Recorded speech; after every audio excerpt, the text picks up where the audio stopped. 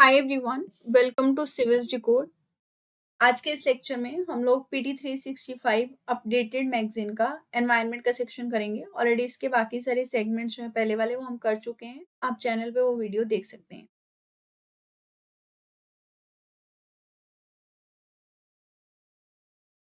Okay, सो environment में सबसे पहली न्यूज जो है वो बायोडाइवर्सिटी के टॉपिक से है और इसमें वाइल्ड लाइफ के बारे में देखेंगे।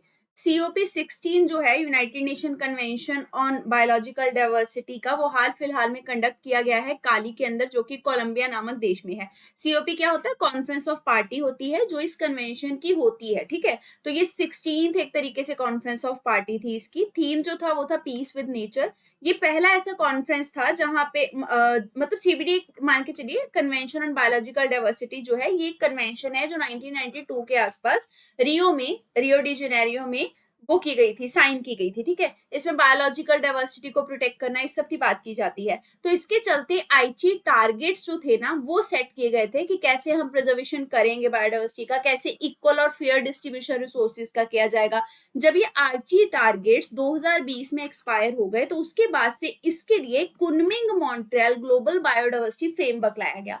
तो जब से ये फ्रेमवर्क आया है उसके बाद से यूएनसीबीडी की ये पहली सीओपी है। तब तक अभी कोई भी सीओपी जो थी वो नहीं आई थी since the adoption of this Kunming Montreal global biodiversity framework.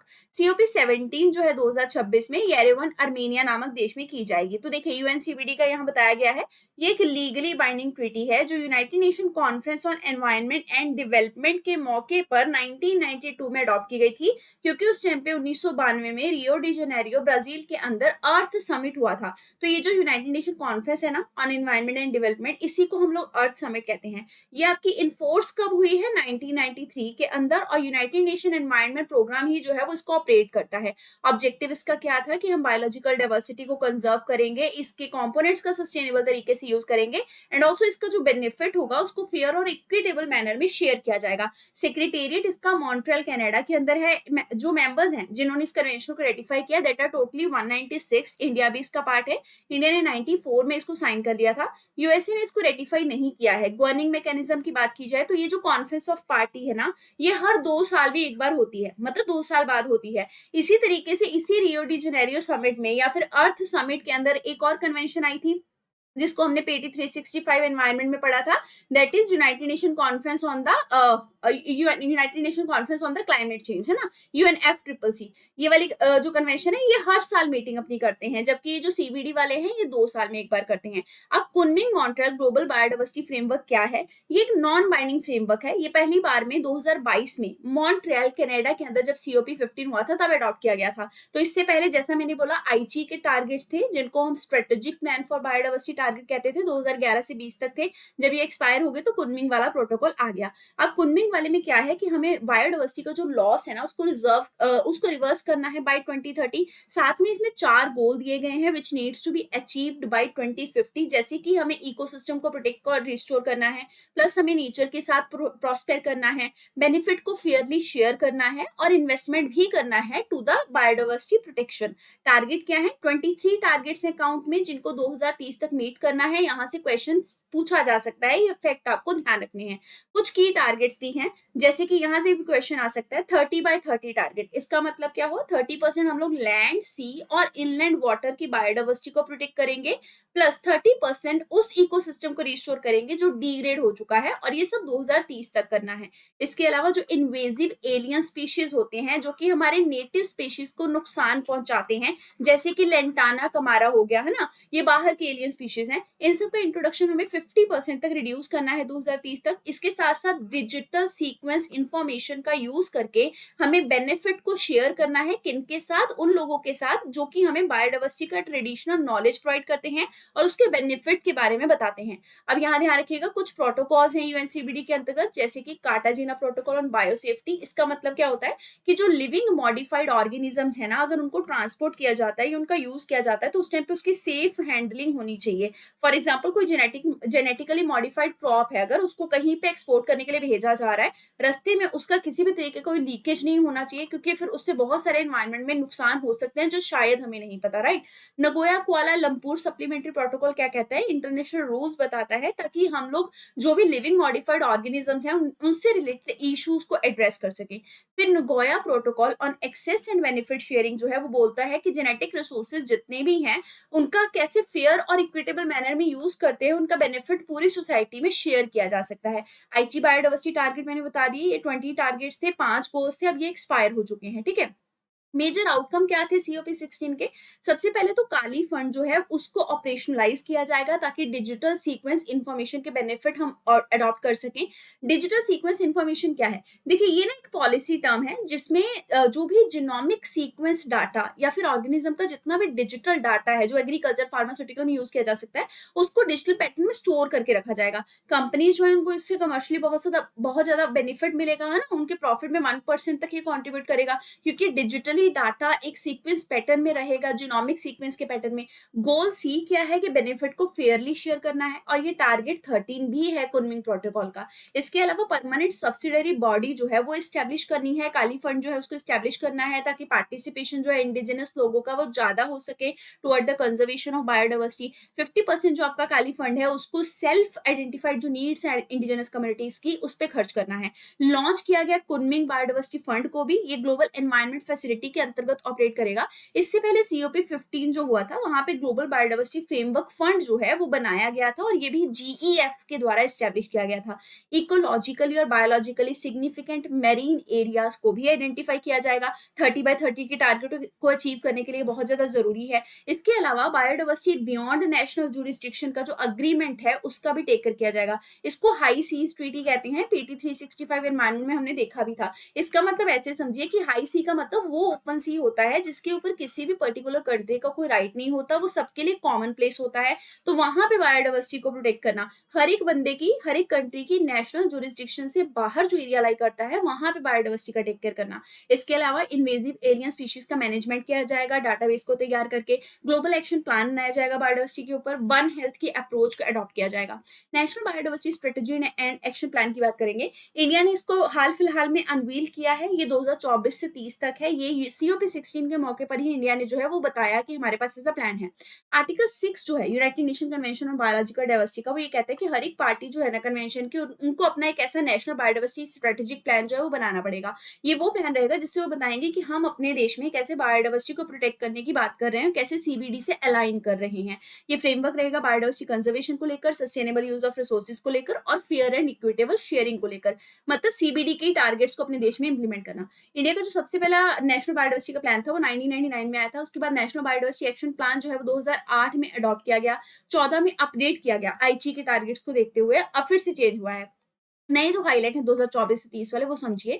सबसे पहले whole of the government and whole of the society approach को इसमें रखा गया है, मतलब गवर्नमेंट और सोसाइटी को अलाइन करके बायोडाइवर्सिटी को प्रोटेक्ट करने का टारगेट रखा गया है। नेशनल बायोडाइवर्सिटी के जो टारगेट हैं वो 23 टारगेट्स रखे गए हैं, 3 थीम्स हैं, 3 थीम्स वही हैं CBD वाले, है ना, टूल्स होने चाहिए, सस्टेनेबल यूज होना चाहिए रिसोर्सेज का, थ्रेट नहीं होना चाहिए बायोडाइवर्सिटी को।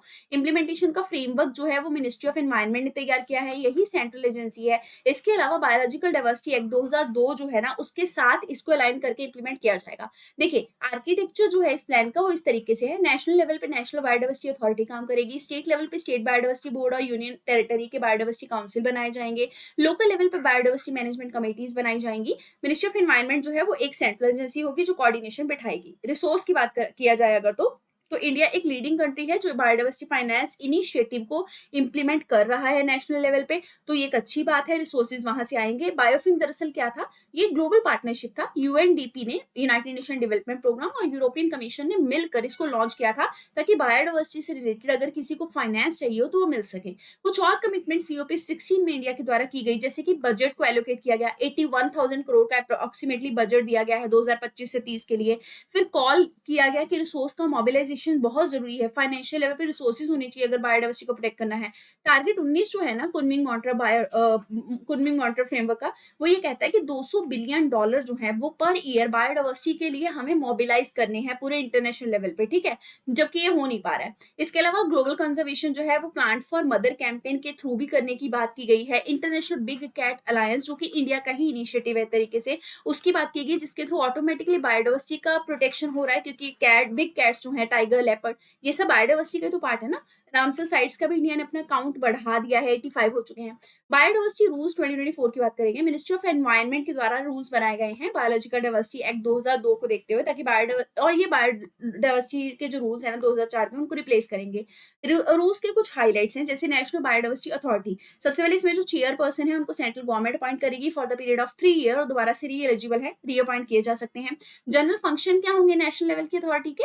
ये नेशनल बायोडाइवर्सिटी का जो फंड है उसको टेक केयर करेंगे, बायोडाइवर्सिटी रिलेटेड अग्रीमेंट को अप्रूवल देंगे, टेक्निकल गाइडेंस प्रोवाइड करेंगे और डाटाबेस को मेंटेन करेंगे। इंटेलेक्चुअल प्रॉपर्टी राइट को लेकर अथॉरिटी का जो अप्रूवल चाहिए होगा ना, वो पहले चाहिए होगा ग्रांट देने से पहले, ठीक है। फिर पेनल्टीज भी रखी गई हैं, अगर वायलेशन किया जाता तो 1 लाख से 50 लाख की पेनल्टी लग सकती है।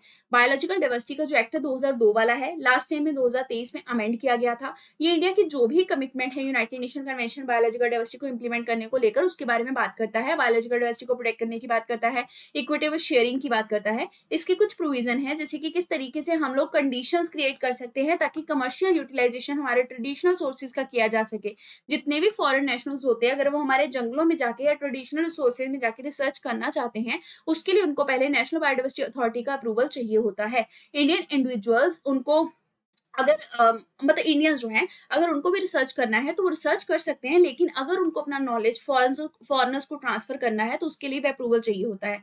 इसके अलावा किसी भी तरीके का आईपीआर अगर आप मतलब पेटेंट वगैरह करवाना चाहते हो, लेकिन वो प्रोडक्ट जो है वो आपका ट्रेडिशनल सोर्स से आ रहा है, तो उसके लिए भी प्रायर अप्रूवल एनबीए का बहुत जरूरी है। 2023 के कुछ अमेंडमेंट हैं, जैसे कि इसमें बोला गया कि जो आयुष के प्रैक्टिशनर हैं, यानी कि आयुर्वेद, यूनानी, योगा, सिद्धा वाले, होम्योपैथी वाले और ट्रेडिशनल नॉलेज वाले जो होल्डर्स हैं ना, उनको मतलब एग्जाम्पशंस दी गई हैं कि उनको एक्सेस एंड बेनिफिट शेयरिंग जो है वो मिलेगी। मतलब एक कॉम्पेंसेटरी अमाउंट जो है 1 सेकेंड, उनको एक्सेस एंड बेनिफिट शेयरिंग जो है वो प्रोवाइड नहीं करनी है। अब ये क्या होता है, जैसे मान के चलिए आयुष के प्रैक्टिशनर किसी जंगल में गए, उनको वहां पे कोई मेडिसिनल हर्ब मिला जिससे जिससे कैंसर ठीक हो सकता है, पर वो वहां से वो मेडिसिनल हर्ब ऐसा नहीं है कि लेके आ जाएंगे और दवाई बना के मार्केट में बेचेंगे और पैसा कमाएंगे। उनको उस मेडिसिनल हर्ब्स के लिए वहां की रहने वाली लोकल ट्राइब को, जिसके थ्रू उनको धीरे धीरे पता लगा उस हर्ब के बारे में, उनको कॉम्पेंसेशन अमाउंट देना पड़ता है, जिसको बोलते हैं एक्सेस एंड बेनिफिट शेयरिंग, है ना। इसी को बोलते हैं इक्विटेबल शेयरिंग, वो उनको देना पड़ता है। लेकिन अगर वो आयुष के प्रैक्टिशनर और ट्रेडिशनल नॉलेज होल्डर्स हैं तो उनको ये पैसा नहीं देना है, ये कॉम्पेंसेटरी अमाउंट जो है वो ट्राइबल या बाकी कम्युनिटीज को नहीं देना है,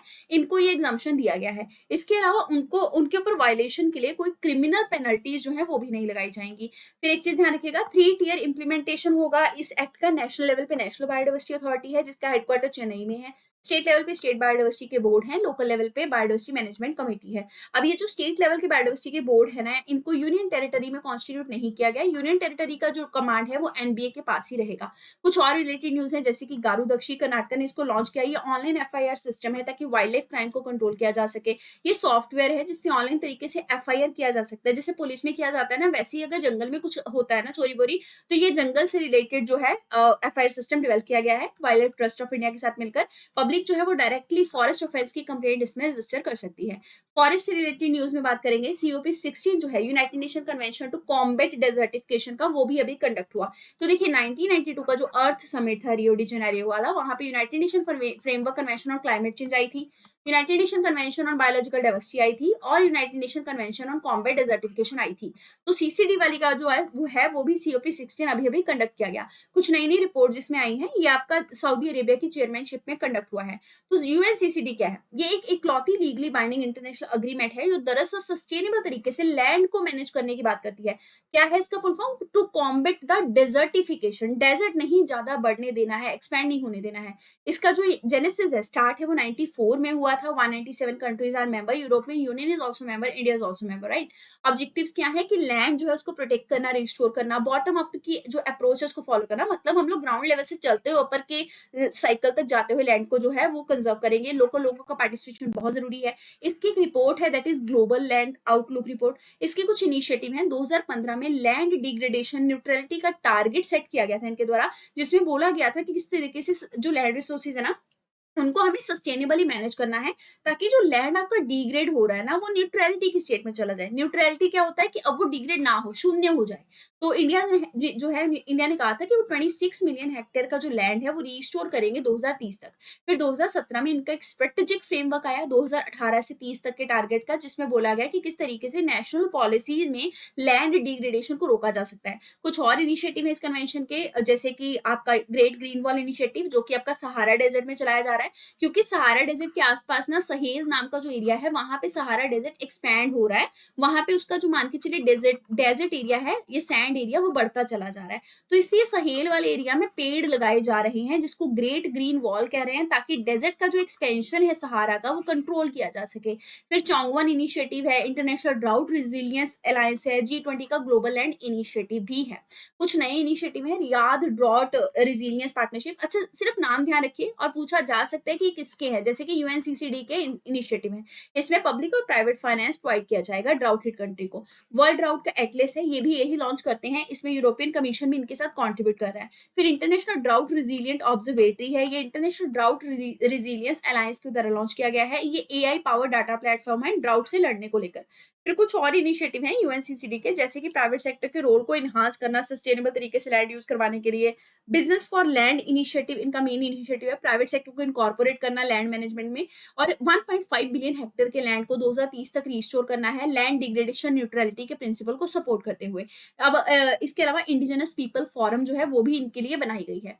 कुछ रिपोर्ट्स इनकी, जैसे decent work in nature based solution, इसमें इंटरनेशनल लेबर ऑर्गेनाइजेशन भी इनके साथ शामिल है, साथ में यूएनईपी IUCN जो है वो भी शामिल है। ये COP16 पे ही लॉन्च की गई। इसमें बताया गया कि कैसे एम्प्लॉयमेंट का स्टेटस जो है ना वो इफेक्ट हो सकता है अगर हम डेजर्टिफिकेशन को कंट्रोल नहीं करेंगे। फिर MG नरेगा जो है उसके बारे में भी बात की गई कि उसकी स्कीम्स कैसे हम डेजर्टिफिकेशन को कंट्रोल कर सकते हैं। उसके अलावा कुछ और रिपोर्ट्स हैं, जैसे कि stepping back from the precipice transforming land management to stay with in the planetary boundary. ये रिपोर्ट जो है ये इन्हीं के द्वारा लॉन्च की गई है। साथ में Potsdam Institute for Climate Impact Research भी कोलैबोरेट कर रहा है। लैंड डिग्रेडेशन के इफेक्ट को रिड्यूस करने की इसमें बात की गई है। फॉरेस्ट इकोसिस्टम रिस्टोरेशन की बात करेंगे। सेक्रेटेरिएट जो है CBD का, उन्होंने 10th anniversary forest ecosystem restoration initiative की 2024 में सेलिब्रेट की है। ये इनिशिएटिव जो है ये कोलैबोरेटिव प्रोजेक्ट है Korea forest service of Republic of Korea का, साथ में जो CBD के एग्जीक्यूटिव सेक्रेटरी है उनका। ये 2014 में आया था। इसका ऑब्जेक्टिव था डेवलपिंग कंट्रीज को सपोर्ट करना, ताकि वो कुनमिंग मॉन्ट्रियल ग्लोबल बायोडायवर्सिटी के फ्रेमवर्क को इंप्लीमेंट कर सके। इनकी कुछ और इनिशिएटिव है, जैसे कि स्टेप पर, यानी कि शॉर्ट टर्म एक्शन प्लान बनाना इकोसिस्टम को रिस्टोरेशन करने के लिए। वी प्लान फॉरेस्ट में क्या करना कि फॉरेस्ट इकोसिस्टम को रिस्टोर करना, खास करके ट्रॉपिकल एरिया में। फॉरेस्ट इकोसिस्टम रिस्टोरेशन में जो आप ऐसे समझिए कि एक जगह पे जंगल हुआ करता था, लेकिन उसको खत्म कर दिया गया। अब जहां उसको खत्म किया गया वहां पे दोबारा से हम पेड़ पौधे या ट्रीज को वापस लेके आ रहे हैं, इसी को बोलते हैं फॉरेस्ट इकोसिस्टम रिस्टोरेशन। तो पहले वाले फॉर्मर फॉरेस्ट लैंड पे दोबारा से ट्रीज को रिटर्न या वापस लेके आना, यही कंडीशन है रिस्टोरेशन की। रिस्टोरेशन की कुछ इंटरवेंशन होती हैं, जैसे रिहैबिलिटेशन, रिकंस्ट्रक्शन, रिक्लेमेशन, रिप्लेसमेंट, है ना। मेजर ग्लोबल इनिशिएटिव कौन से हैं फॉरेस्ट रिस्टोरेशन को लेकर? IUCN का फॉरेस्ट कंजर्वेशन प्रोग्राम, WWF का forest for life programme biodiversity को प्रोटेक्ट करने को लेकर, UN का रेड प्लस प्रोग्राम जिसमें हम लोग फॉरेस्ट के कार्बन स्टॉक और कंजर्वेशन को बढ़ा रहे हैं। फिर forest and landscape restoration mechanism, ये फूड एग्रीकल्चर ऑर्गेनाइजेशन का है।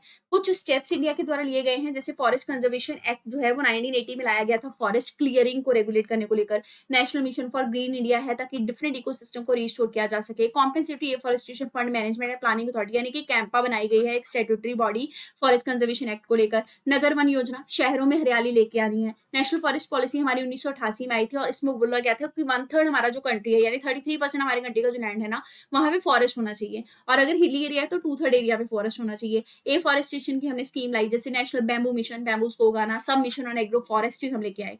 अब बात करेंगे India state of forest report 2023 के बारे में। Ministry of environment, forest and climate change की ये रिपोर्ट है, और ये आपकी फॉरेस्ट सर्वे ऑफ इंडिया के द्वारा हर 2 साल में पब्लिश की जाती है। सबसे पहली बार 1987 के आसपास आई थी। इसका असेसमेंट का मेथड क्या है कि ये जो फॉरेस्ट का एरिया है उसको सैटेलाइट से ऑब्जर्व करते हैं, नेशनल फॉरेस्ट के डाटा को देखते हैं, फील्ड को वेरीफाई करते हैं, ठीक है। इसकी कुछ डेफिनेशन है इस सर्वे की रिपोर्ट के अंदर जो आपको ध्यान रखनी है। सबसे पहले तो फॉरेस्ट कवर की क्लासिफिकेशन को समझिए। अगर वेरी डेंस फॉरेस्ट है तो उसकी जो कैनोपी होगी, कैनोपी मैंने ऐसे समझिए उसकी जो टोपी है, जैसे मान के चलिए बहुत सारे ऐसे पेड़ हैं, बहुत सारे पेड़ हैं, जब वो आपस में ऊपर से देखे जाए आसमान से तो वो ऐसे क्राउन सा बनाते हैं। तो उनका जो क्राउन है ऊपर बन रहा वो आपस में कितना जुड़ा हुआ है, that is known as canopy, है ना। वेरी डेंस है तो उनकी जो कैनोपी की डेंसिटी है वो 70% और उससे ज्यादा, मतलब बहुत ज्यादा आपस में जुड़े हुए हैं वो पेड़, है ना। मॉडरेटली डेंस फॉरेस्ट में कैनोपी जो है वो 40% से होती है 70% तक।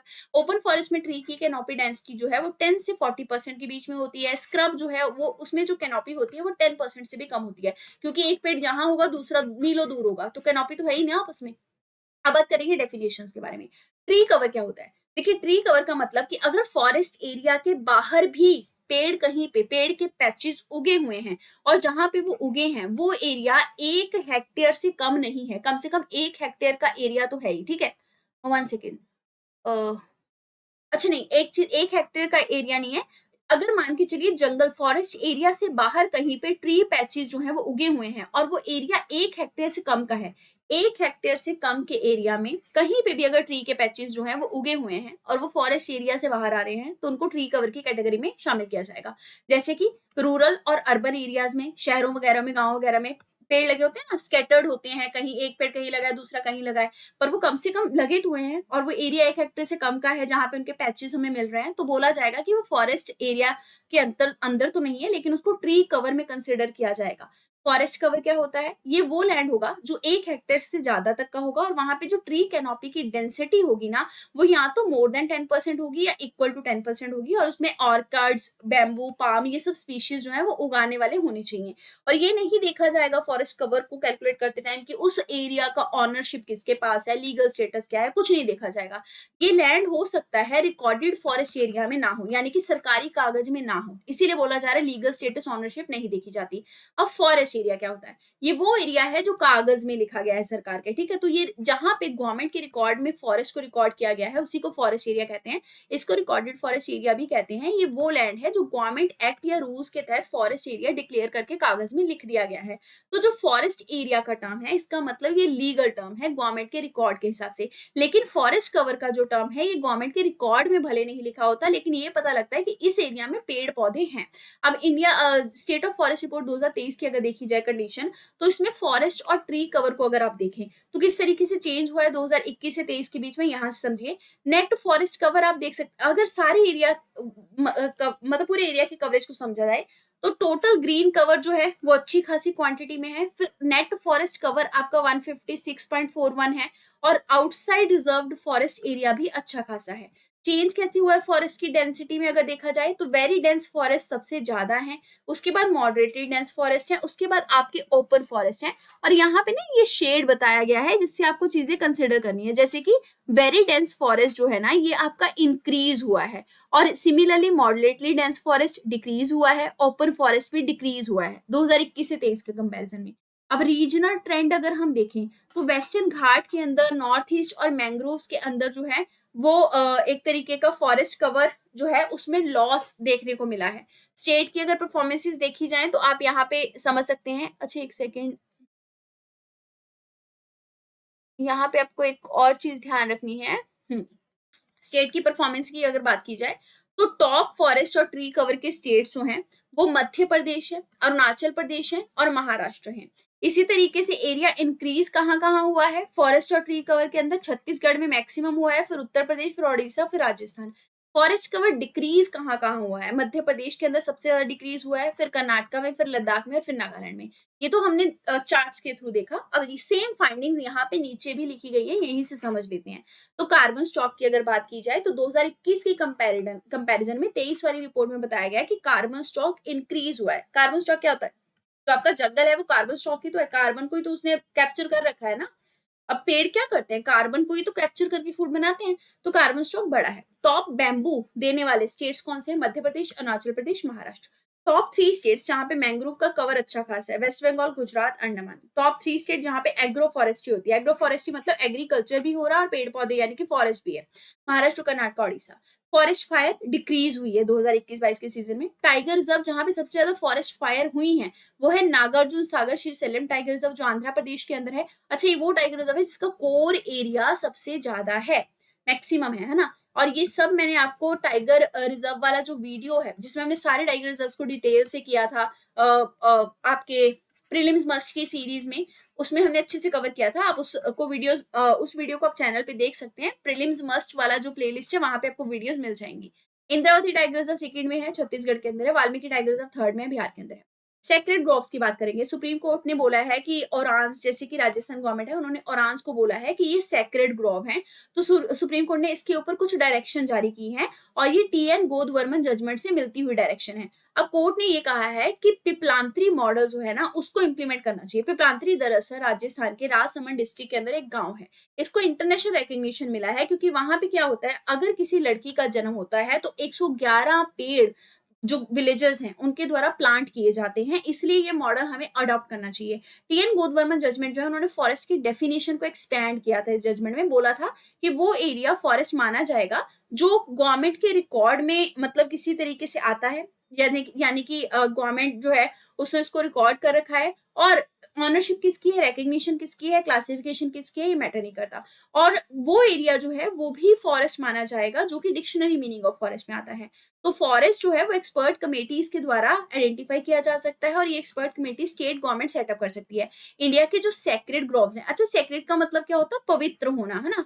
तो वो एरिया मतलब आप ऐसे समझिए कि कुछ पेड़ ऐसे होते हैं जिनको पवित्रता के चलते बहुत माना जाता है, कल्चरल उनका एक तरीके से इंपॉर्टेंस जो है पेड़ पौधों का वो बहुत ज्यादा होता है, ठीक है। सेक्रेड ग्रोव पूरे कंट्री में डिफरेंट नाम से जाने जाते हैं, आपको यहाँ पे ध्यान रखना है। जैसे राजस्थान में वानीस, केंकरीज, ओरांस, शामला, डेह, देवबनी, ये सब सेक्रेड ग्रोव है। हिमाचल प्रदेश में देववन, उत्तराखंड में बुग्याल और देववन, झारखंड में आपके सराना और झेरथन, मेघालय में आपके लॉ कंथांग और लॉ लोदांग, असम में आपके थान और मदाइको, सिक्किम में गुम्पा फॉरेस्ट, अरुणाचल प्रदेश में भी गुम्पा फॉरेस्ट, मणिपुर के अंदर आपके गुम्फक, मोहक और उमंगलाई, महाराष्ट्र में देवराई, देवरहट्टी और देवगुड़ी, कर्नाटका के अंदर आपके देवरवाना, देवरकाडू, हुल्लीवेरकाडू, नागबना, भुट्टपन बाना, जातका पम्बाना, क्राउ बनाना, केरला के अंदर कावू और सर्प कावू, तमिलनाडु में काविकोडू, स्थावली कृषा, आंध्र प्रदेश में पवित्र क्षेत्रालू, छत्तीसगढ़ में सराना, जहेरा, मातागुड़ी, देवगुड़ी, गूंदेवी, ओडिशा में जहेरा और ठाकुरम्मा, वेस्ट बंगाल में गरमत्थन, शिरलत्थन, हरित्थन, सबरिथन, स्नाथिबुर्थन, जहेरा, मिजोरम में आपका मामू, ठीक है। ये नाम थोड़ा सा ध्यान रख, एक बार पढ़ के जाइएगा ना। सैक्रेड ग्रोव वो होते हैं फॉरेस्ट के पैचेस या नेचुरल वेजिटेशन के पैचेस जिनका रिलीजियस और स्पिरिचुअल मीनिंग बहुत होता है, कल्चरल उनका इंपॉर्टेंस बहुत ज्यादा होता है कम्युनिटी के अंदर। इंडिया के अंदर काफी एरिया में ये फैले हुए हैं, IUCN को रिकॉग्नाइज भी करता है।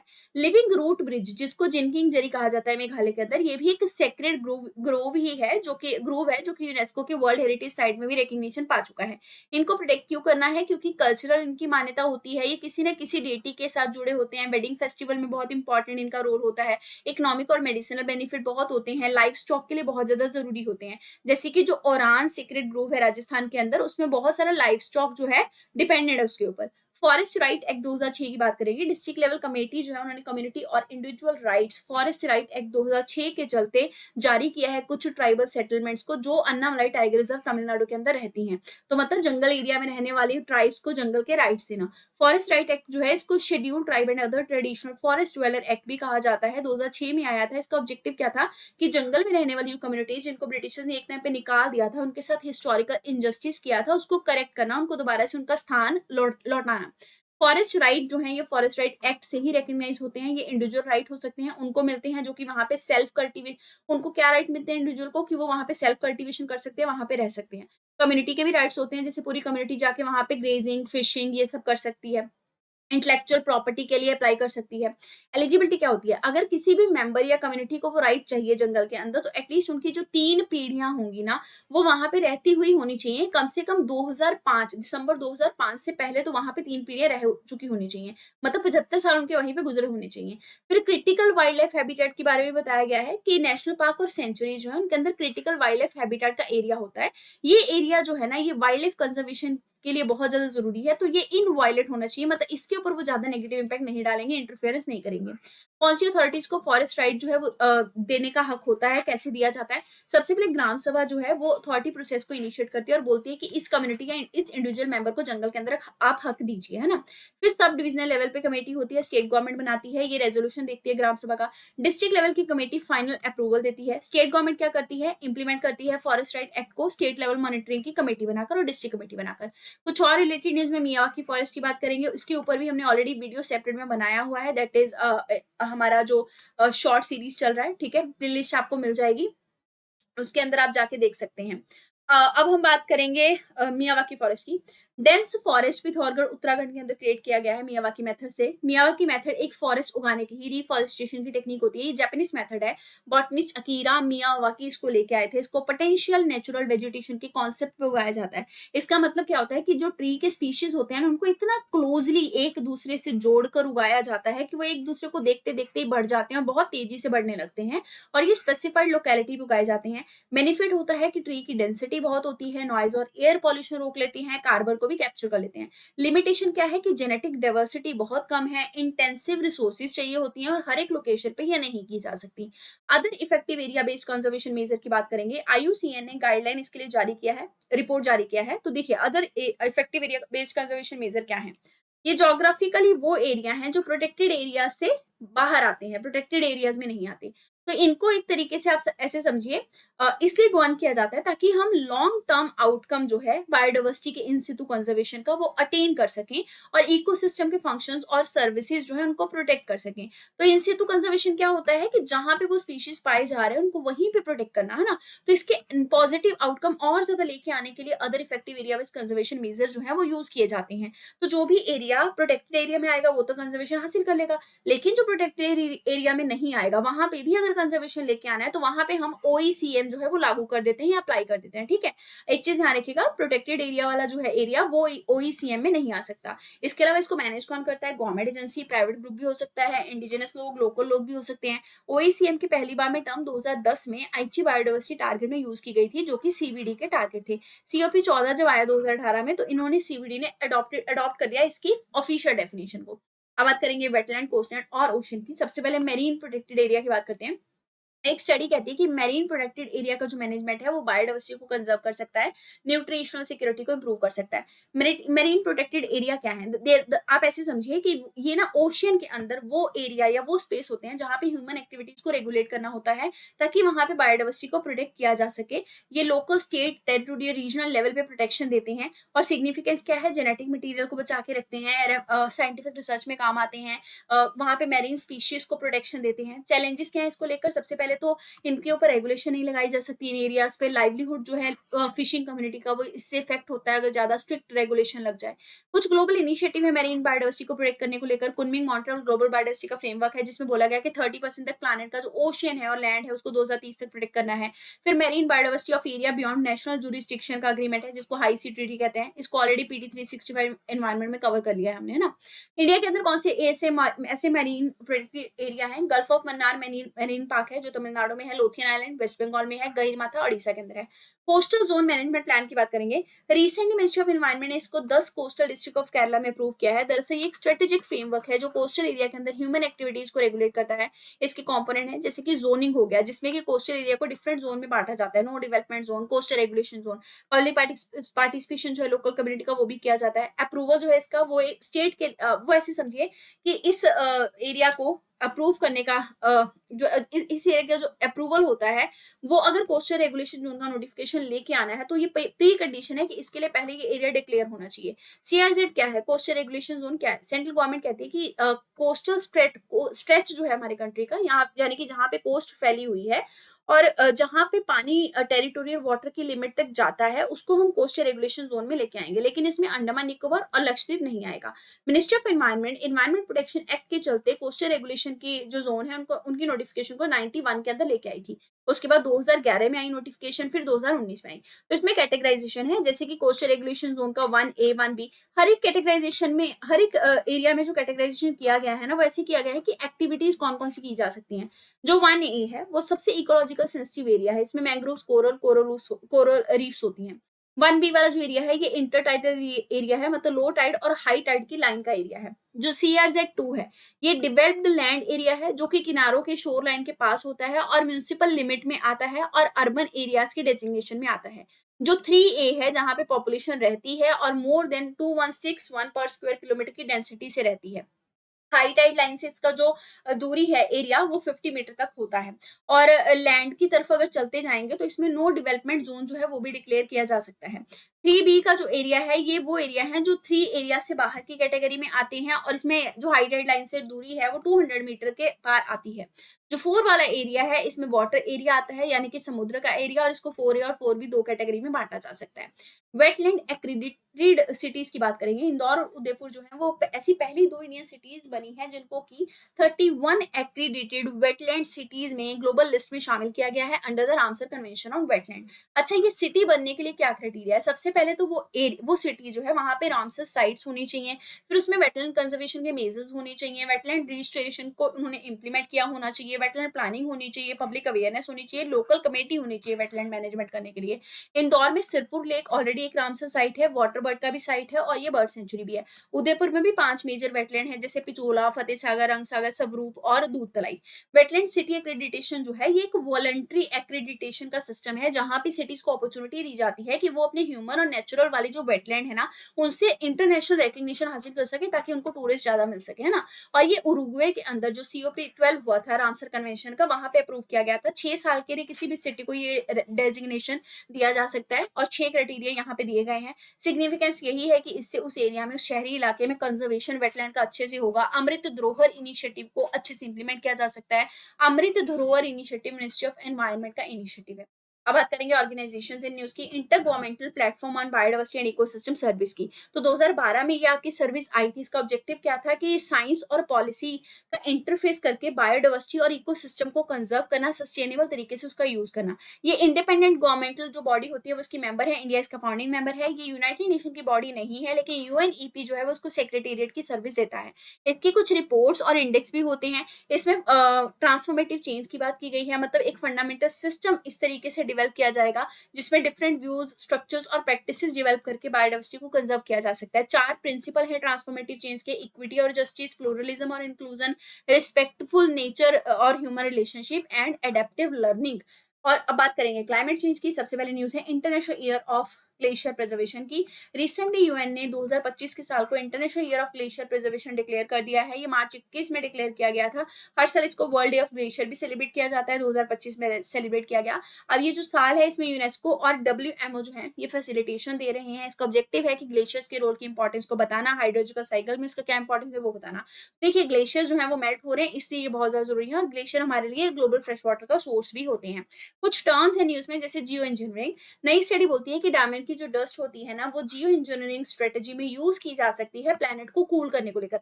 हमारा प्लेनेट वार्म हो रहा है ग्रीन हाउस गैसेस से, अगर ठंडा हो जाए तो ग्रीन हाउस गैसेस का नेगेटिव इंपैक्ट कॉम्पनसेट किया जा सकता है। तो जो स्ट्रेटेजी से हम उसको ठंडा कर सकते हैं that is known as geo engineering strategy, because हम उसमें ह्यूमन इंटरवेंशन से ठंडा करने की कोशिश कर रहे हैं। ठीक है, डायमंड डस्ट इसको क्यों कर सकती है ठंडा? इसमें कुछ प्रॉपर्टीज होती हैं, क्योंकि ये लाइट को और हीट को रिफ्लेक्ट कर सकती है और हवा में लंबे समय तक रह सकती है। और आम सी बात है, अगर हीट को वो करेगी, नहीं ज्यादा हीटअप होने लगेगी इन्वायरमेंट को, लाइट को रिफ्लेक्ट करेगी, तो सन वाली रेज यहाँ पे नहीं पहुंचेंगी, तो जितना गर्म है उतना ही गर्म रहेगा अर्थ। सन नहीं आएगा अंदर, सन की रेज ज्यादा नहीं आएंगी तो ठंडा हो जाएगा कम से कम, है ना। फिर कुछ सेफर ऑल्टरनेटिव भी हैं, जैसे कि सल्फर डाइऑक्साइड के ऑपोजिट में अगर देखा जाए तो सल्फर डाइऑक्साइड यूज करने से एसिड रेन, ओजोन डिप्लीशन आता है, लेकिन डायमंड डस्ट जो है ना वो एक केमिकली इनर्ट है, उससे ऐसा कुछ नहीं होता।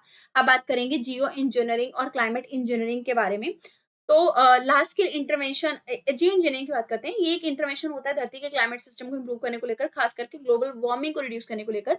दो मेन कैटेगरीज में जियो इंजीनियरिंग किया जाता है। सबसे पहले कार्बन डाइऑक्साइड को रिमूव करना, जिसमें कि डायरेक्टली हम कार्बन को हवा से कैप्चर करके स्टोर भी कर लेते हैं।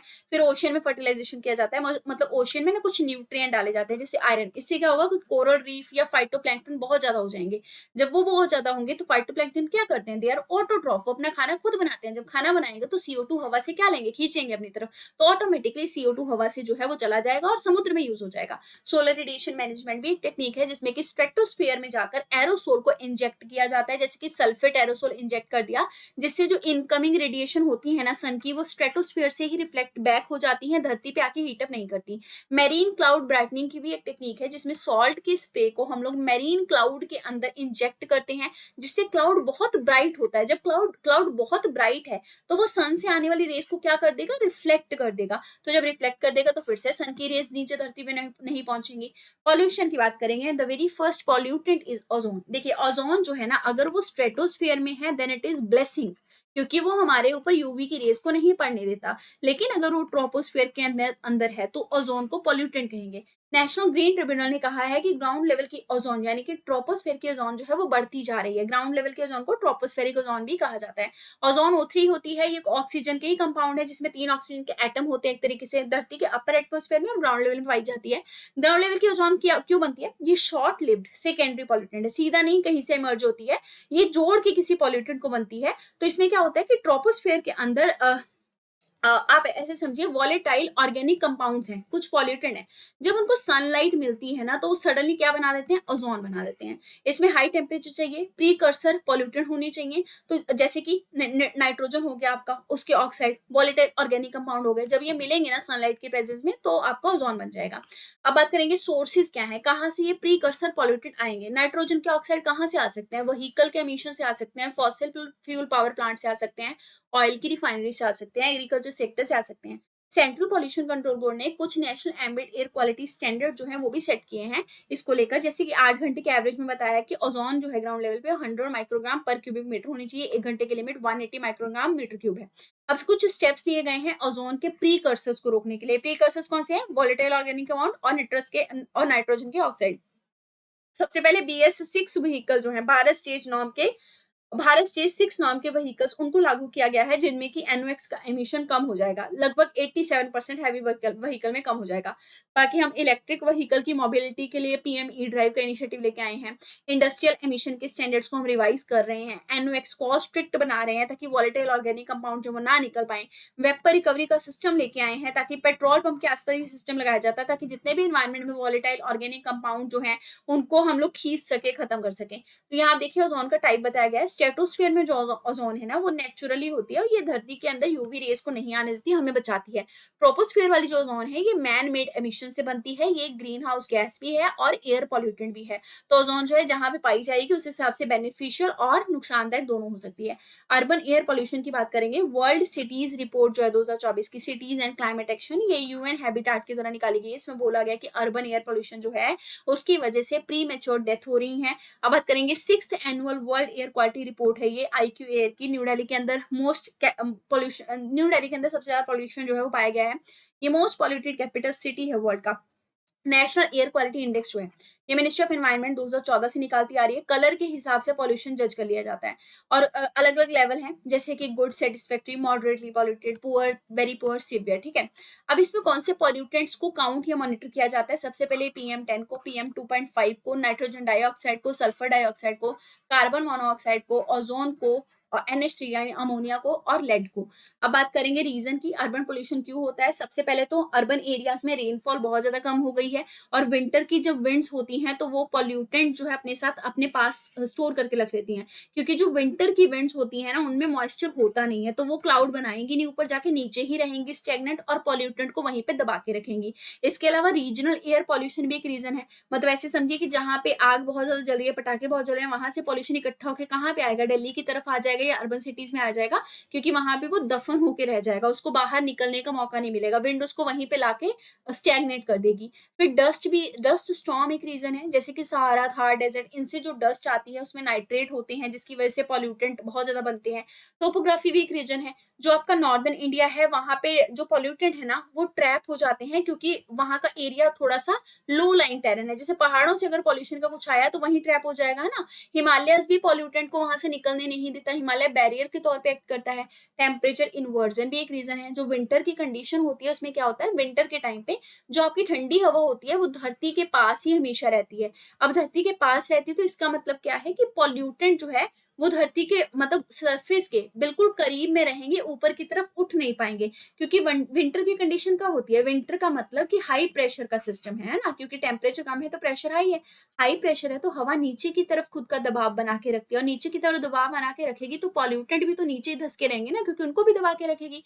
एग्रीकल्चर प्रैक्टिस भी रीजन है, जैसे कि कहीं पे स्टबल बर्निंग होता है, पराली वगैरह जला दी जाती है ना, स्टबल जला दिया जाता है, तो वो सारा विंड पैटर्न से घूम घूम के एक अर्बन एरिया में आके इकट्ठा हो जाता है। अर्बन और इंडस्ट्रियल फैक्टर्स हैं, जैसे कि अर्बन एरिया में कंस्ट्रक्शन वेस्ट होता है, फिर हाई व्हीकल की डेंसिटी होती है शहरों में, वेस्ट अच्छे से डिस्पोज नहीं हो पाता।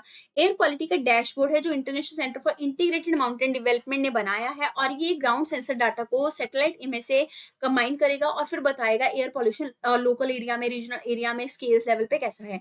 ये weather research and forecasting model जो है ये केमिस्ट्री के साथ मतलब एक तरीके से कपल किया गया है।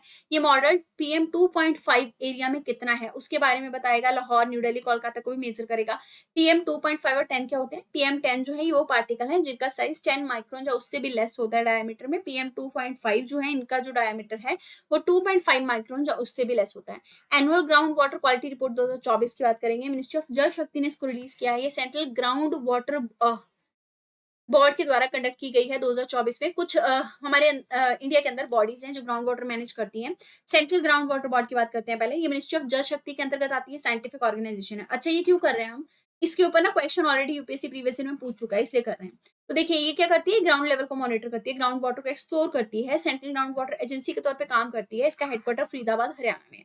Central water commission technical body है वाटर रिसोर्स मैनेजमेंट को लेकर, फ्लड कंट्रोल, इरिगेशन ये सब करती है, इसमें डिजाइन, रिसर्च, रिवर मैनेजमेंट सब होता है।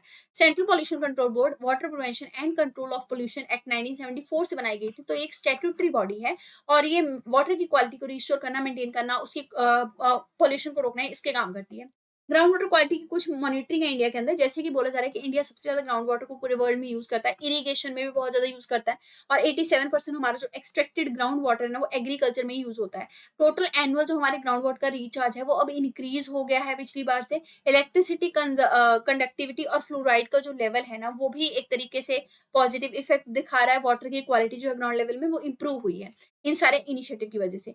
कुछ मेजर ग्राउंड वाटर में पाए जाने वाले पॉल्यूटेंट या कंटेमिनेंट है, जैसे कि नाइट्रेट, इसकी लिमिट जो है 40% से एक्सीड कर चुकी है राजस्थान, तमिलनाडु, महाराष्ट्र में।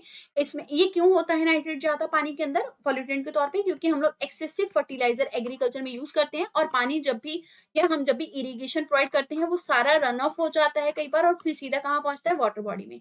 फ्लोराइड जो है ये राजस्थान, हरियाणा, कर्नाटक, आंध्र प्रदेश को इफेक्ट कर रहा है। आर्सेनिक जो है वेस्ट बंगाल, बिहार, उत्तर प्रदेश में पॉल्यूटेंट है। यूरेनियम जो है ये राजस्थान, पंजाब के अंदर है। ये दरअसल ग्राउंड वाटर जब हम ओवर एक्सप्लॉइट करते हैं उसकी वजह से होता है। सैलिनिटी जो है ये हाई ईसी लेवल को शो करती है, ये राजस्थान, दिल्ली, गुजरात में है। ये क्यों होता है, जब हम ओवर इरिगेशन कर देते हैं या नीचे से पंप लगा के पानी पूरा खींच लेते हैं तो वो सैलिनिटी बढ़ जाती है उस एरिया में। Draft solid waste management rule 2024 की बात करेंगे, मिनिस्ट्री ऑफ एनवायरनमेंट इसको रिलीज किए हैं। और ध्यान रखिएगा ये 2024 के जो रूल हैं इन्होंने पहले 2016 वाले रूल को अमेंड किया है, और एनवायरमेंट प्रोटेक्शन एक्ट 1986 के चलते इन रूल्स को लाया गया है। सेंट्रल पोल्यूशन कंट्रोल बोर्ड और स्टेट लेवल की जो पोल्यूशन कंट्रोल बोर्ड है यही पोल्यूशन कंट्रोल की गाइडलाइन को लागू करेंगे, और ये अक्टूबर 1 2025 से लागू हो जाएंगे। कुछ इसके ऑब्जेक्टिव्स हैं, जैसे कि सबसे पहले सीपीसीबी को बोला गया है कि ऑनलाइन रजिस्ट्रेशन का सिस्टम आपको बनाना है, रिपोर्टिंग बनानी है सॉलिड वेस्ट मैनेजमेंट को लेकर, सर्कुलर इकोनॉमी पे फोकस करना है, यानी कि जो भी वेस्ट जनरेट होगा उसको दोबारा से रिसाइकल करके यूज करना है, वेस्ट को सेग्रीगेट करना है बायोडिग्रेडेबल और नॉन बायोडिग्रेडेबल में, ये सफाई कर्मचारी का ड्यूटी होगा। एक्सटेंडेड प्रोड्यूसर रिस्पॉन्सिबिलिटी पे बात की गई है कि जितने भी वेस्ट जनरेट करने वाले हैं, बल्क जनरेटर हो गए, इन सबको क्या करना है, एक्सटेंडेड प्रोड्यूसर रिस्पॉन्सिबिलिटी के अंदर कुछ रिस्पॉन्सिबिलिटी देनी है, यानी अगर इन्होंने वेस्ट को इकट्ठा नहीं किया, उस पर काम नहीं किया, तो इनको पॉल्यूटर पेज प्रिंसिपल पे चलते हुए फाइन लगेगा, मतलब जो पॉल्यूट कर रहे हैं उनको पैसा देना पड़ेगा, है ना, कॉम्पेंसेशन के लिए। एग्रीकल्चर वेस्ट मैनेजमेंट के बारे में बात की गई है। इसमें बोला गया लोकल बॉडी जैसे ग्राम पंचायत जो है उनको बोलना है कि एग्रीकल्चर वेस्ट अपने एरिया में बर्न नहीं होने देना है। प्रोसेसिंग की कुछ रिक्वायरमेंट है, ऑन-साइट वेस्ट को कैसे प्रोसेस करना है उसकी बात की गई है।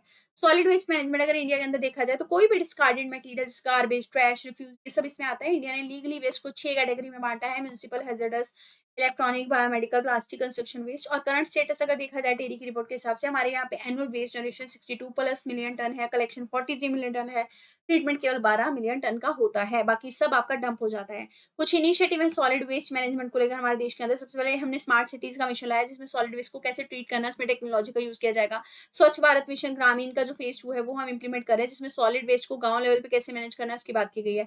स्वच्छ भारत मिशन अर्बन 2014 में लाया गया था ताकि किसी साइंटिफिक तरीके से म्यूनिसिपल सॉलिड वेस्ट को इंडिया में मैनेज किया जा सकता है शहरों के अंदर। इसका भी सेकेंड 2.0 जो है वो चलाया जा रहा है जो 2026 तक अर्बन एरियाज के अंदर गार्बेज को पूरी तरीके से खत्म कर देगा।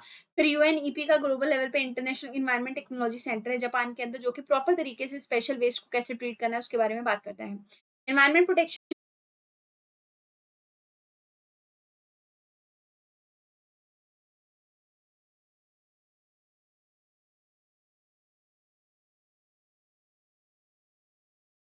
मिनिस्ट्री ऑफ एनवायरनमेंट फॉरेस्ट के द्वारा नए रूल्स जो हैं वो जारी किए गए हैं सो दैट सुप्रीम कोर्ट का जो पॉल्यूशन का ऑर्डर आया है उसके चलते पॉल्यूटर्स के ऊपर पेनल्टीज लगाई जा सके। नए रूल्स में बताया गया है कि कंप्लेंट जो होंगी वायलेटर्स के खिलाफ इन्वायरमेंटल रेगुलेशंस को लेकर वो की बॉडीज के द्वारा इनिशिएट की जाएंगी जैसे कि पॉल्यूशन कंट्रोल बोर्ड हो गया, कमेटीज होगी और अगर जो रिस्ट्रिक्शन का इशू है तो एडजुडिकेटिंग ऑफिसर डिसीजन देने वाले ऑफिसर जो है वो केस को ट्रांसफर कर सकते हैं जहां पे वो जजमेंट दिया जा सकता है। इंक्वायरी का जो इनिशिएशन है वो 30 दिन के अंदर होना होगा as per the 15C section of environment protection act और वायलेटर को 15 दिन के अंदर रिप्लाई देना होगा। टाइमली रेजोल्यूशन करना कंप्लेंट का जरूरी है, 6 मंथ्स के अंदर वो हो जाना चाहिए रेजोल्यूशन।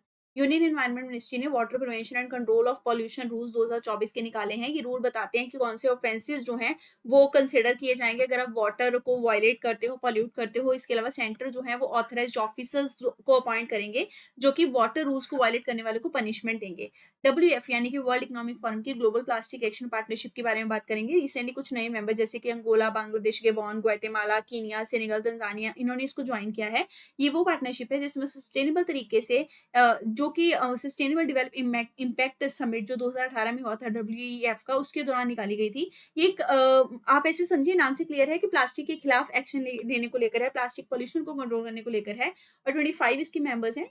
इंडिया की तरफ से महाराष्ट्र स्टेट जो है वो इसका पार्ट है। ग्लोबल लेवल पे एक रिस्पांस क्रिएट करना प्लास्टिक पॉल्यूशन के खिलाफ ये इसका मेन ऑब्जेक्टिव है। इसके लिए नेशनल एक्शन रोड मैप बनाए गए हैं। पॉल्यूटेंट कौन सी न्यूज में है? सबसे पहले मैंगनीज। रीसेंट स्टडी जो है साइंटिस्ट के द्वारा वो बता रही है कि मैंगनीज का जो कंटेमिनेशन है वाटर में वो गेंजेटिक एरिया जो है बिहार का वहां पे कैंसर की स्थिति पैदा कर रहा है। ये फिफ्थ मोस्ट एबंडेंट मेटल है जो धरती पे एग्जिस्ट करता है in the form of oxide, carbonate और सिलिकेट। स्टील मेकिंग प्रोसेस में इसको यूज भी किया जाता है।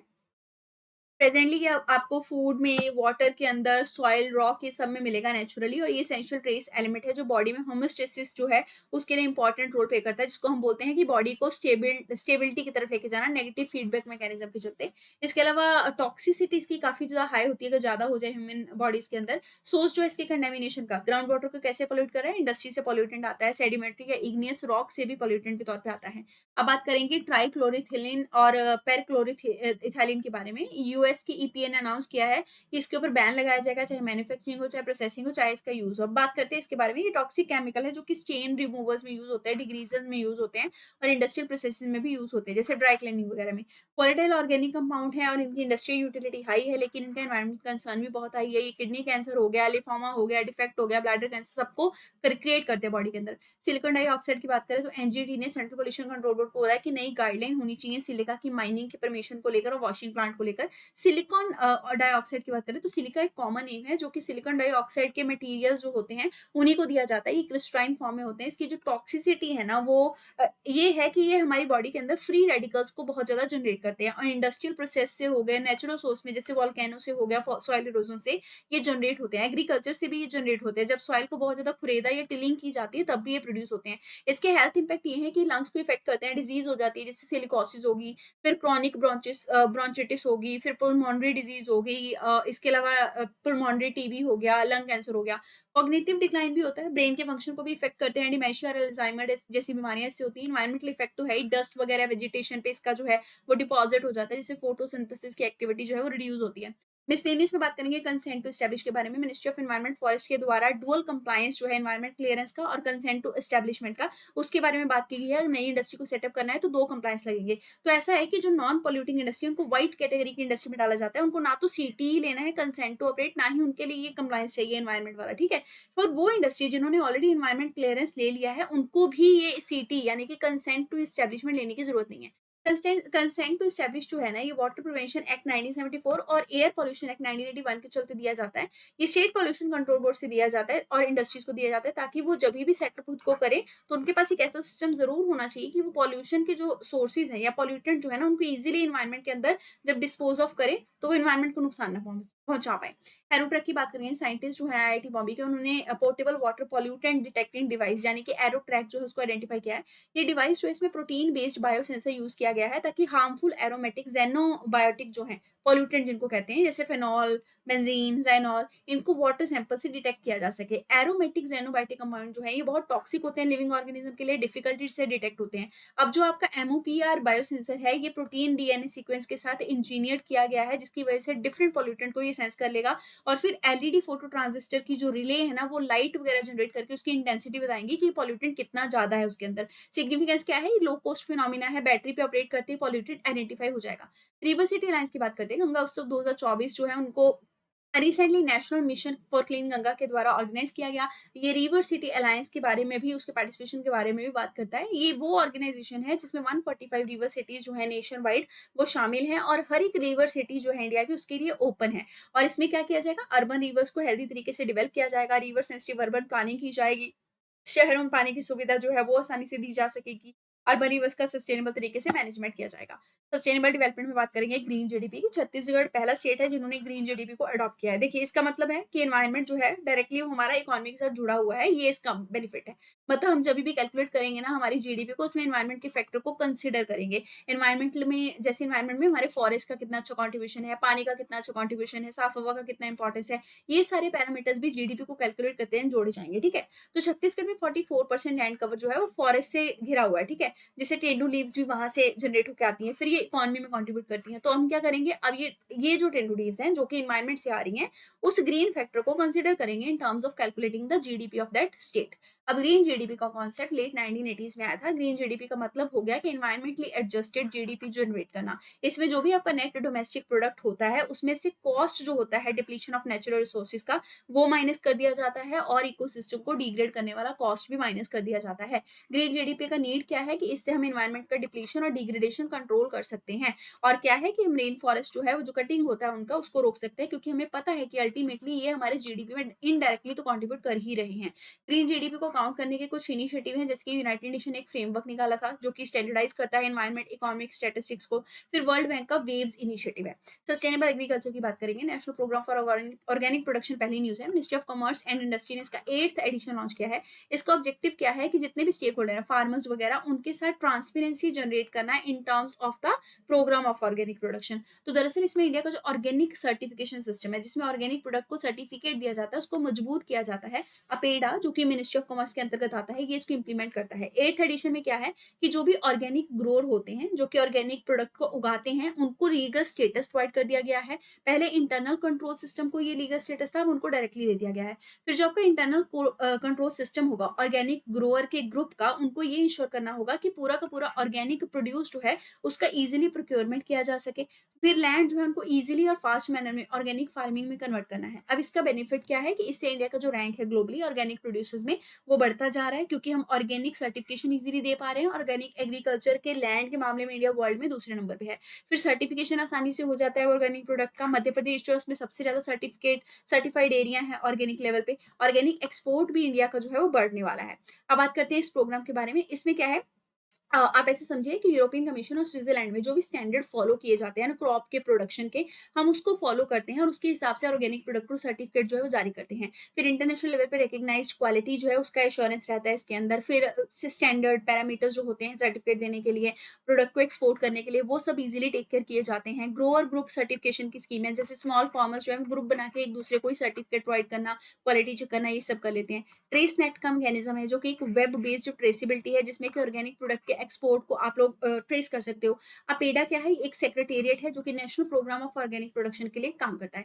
अदर रिलेटेड न्यूज में बात करेंगे कोडो मिलेट के बारे में। रिसेंटली कोडो मिलेट का जो कंजम्पशन है उसकी वजह से वाइल्ड एलिफेंट की जो है वो डेथ हुई है। कहाँ पे? बांधवगढ़ टाइगर रिजर्व में, मध्य प्रदेश में।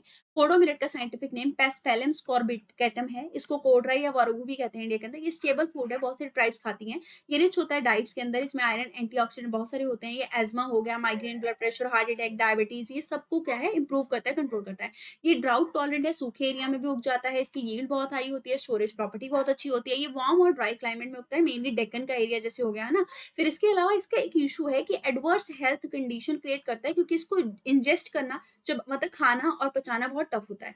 रीजनरेटिव एग्रीकल्चर की बात करेंगे। गवर्नमेंट ऑफ ओडिशा और इक्रिसैट जो इन्होंने एक compendium of regenerative agriculture launch किया है, जिसमें कि रीजनरेटिव एग्रीकल्चर के प्रैक्टिसेस को प्रमोट किया जाएगा।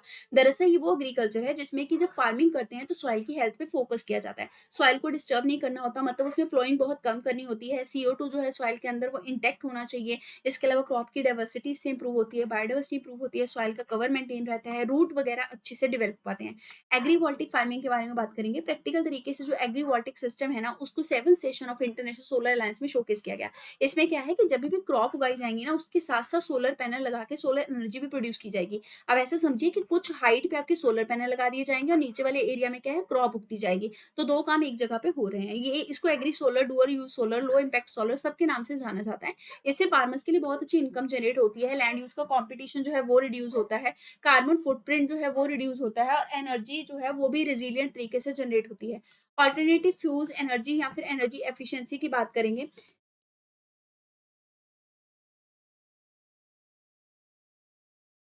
इंडियन रेलवे मिनिस्टर ने अनाउंस किया वर्ल्ड का most powerful hydrogen fuel run train engine, जिसका 1200 हॉर्स पावर है। सिर्फ 4 कंट्री, जर्मनी पहला, फिर फ्रांस, स्वीडन, चाइना और अब इंडिया है, जिनके पास ये हाइड्रोजन पावर ट्रेन है।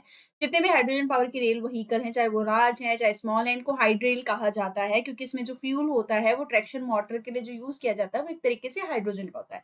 इसमें कंसिडरेबल एडवांटेज है इलेक्ट्रिक ट्रेन के ऊपर, क्योंकि इलेक्ट्रिक ट्रेन एक्सपेंसिव है, कॉम्प्लेक्स है, लेकिन इनमें ऐसी कॉम्प्लेक्सिटी नहीं है। इंडिया का इंडिजिनस हाइड्रोजन ट्रेन जो है ये research design and standard organisation जो लखनऊ के अंदर है उन्होंने डिजाइन किया है। इंटेग्रल कोच फैक्ट्री चेन्नई ने इसको डेवलप किया है।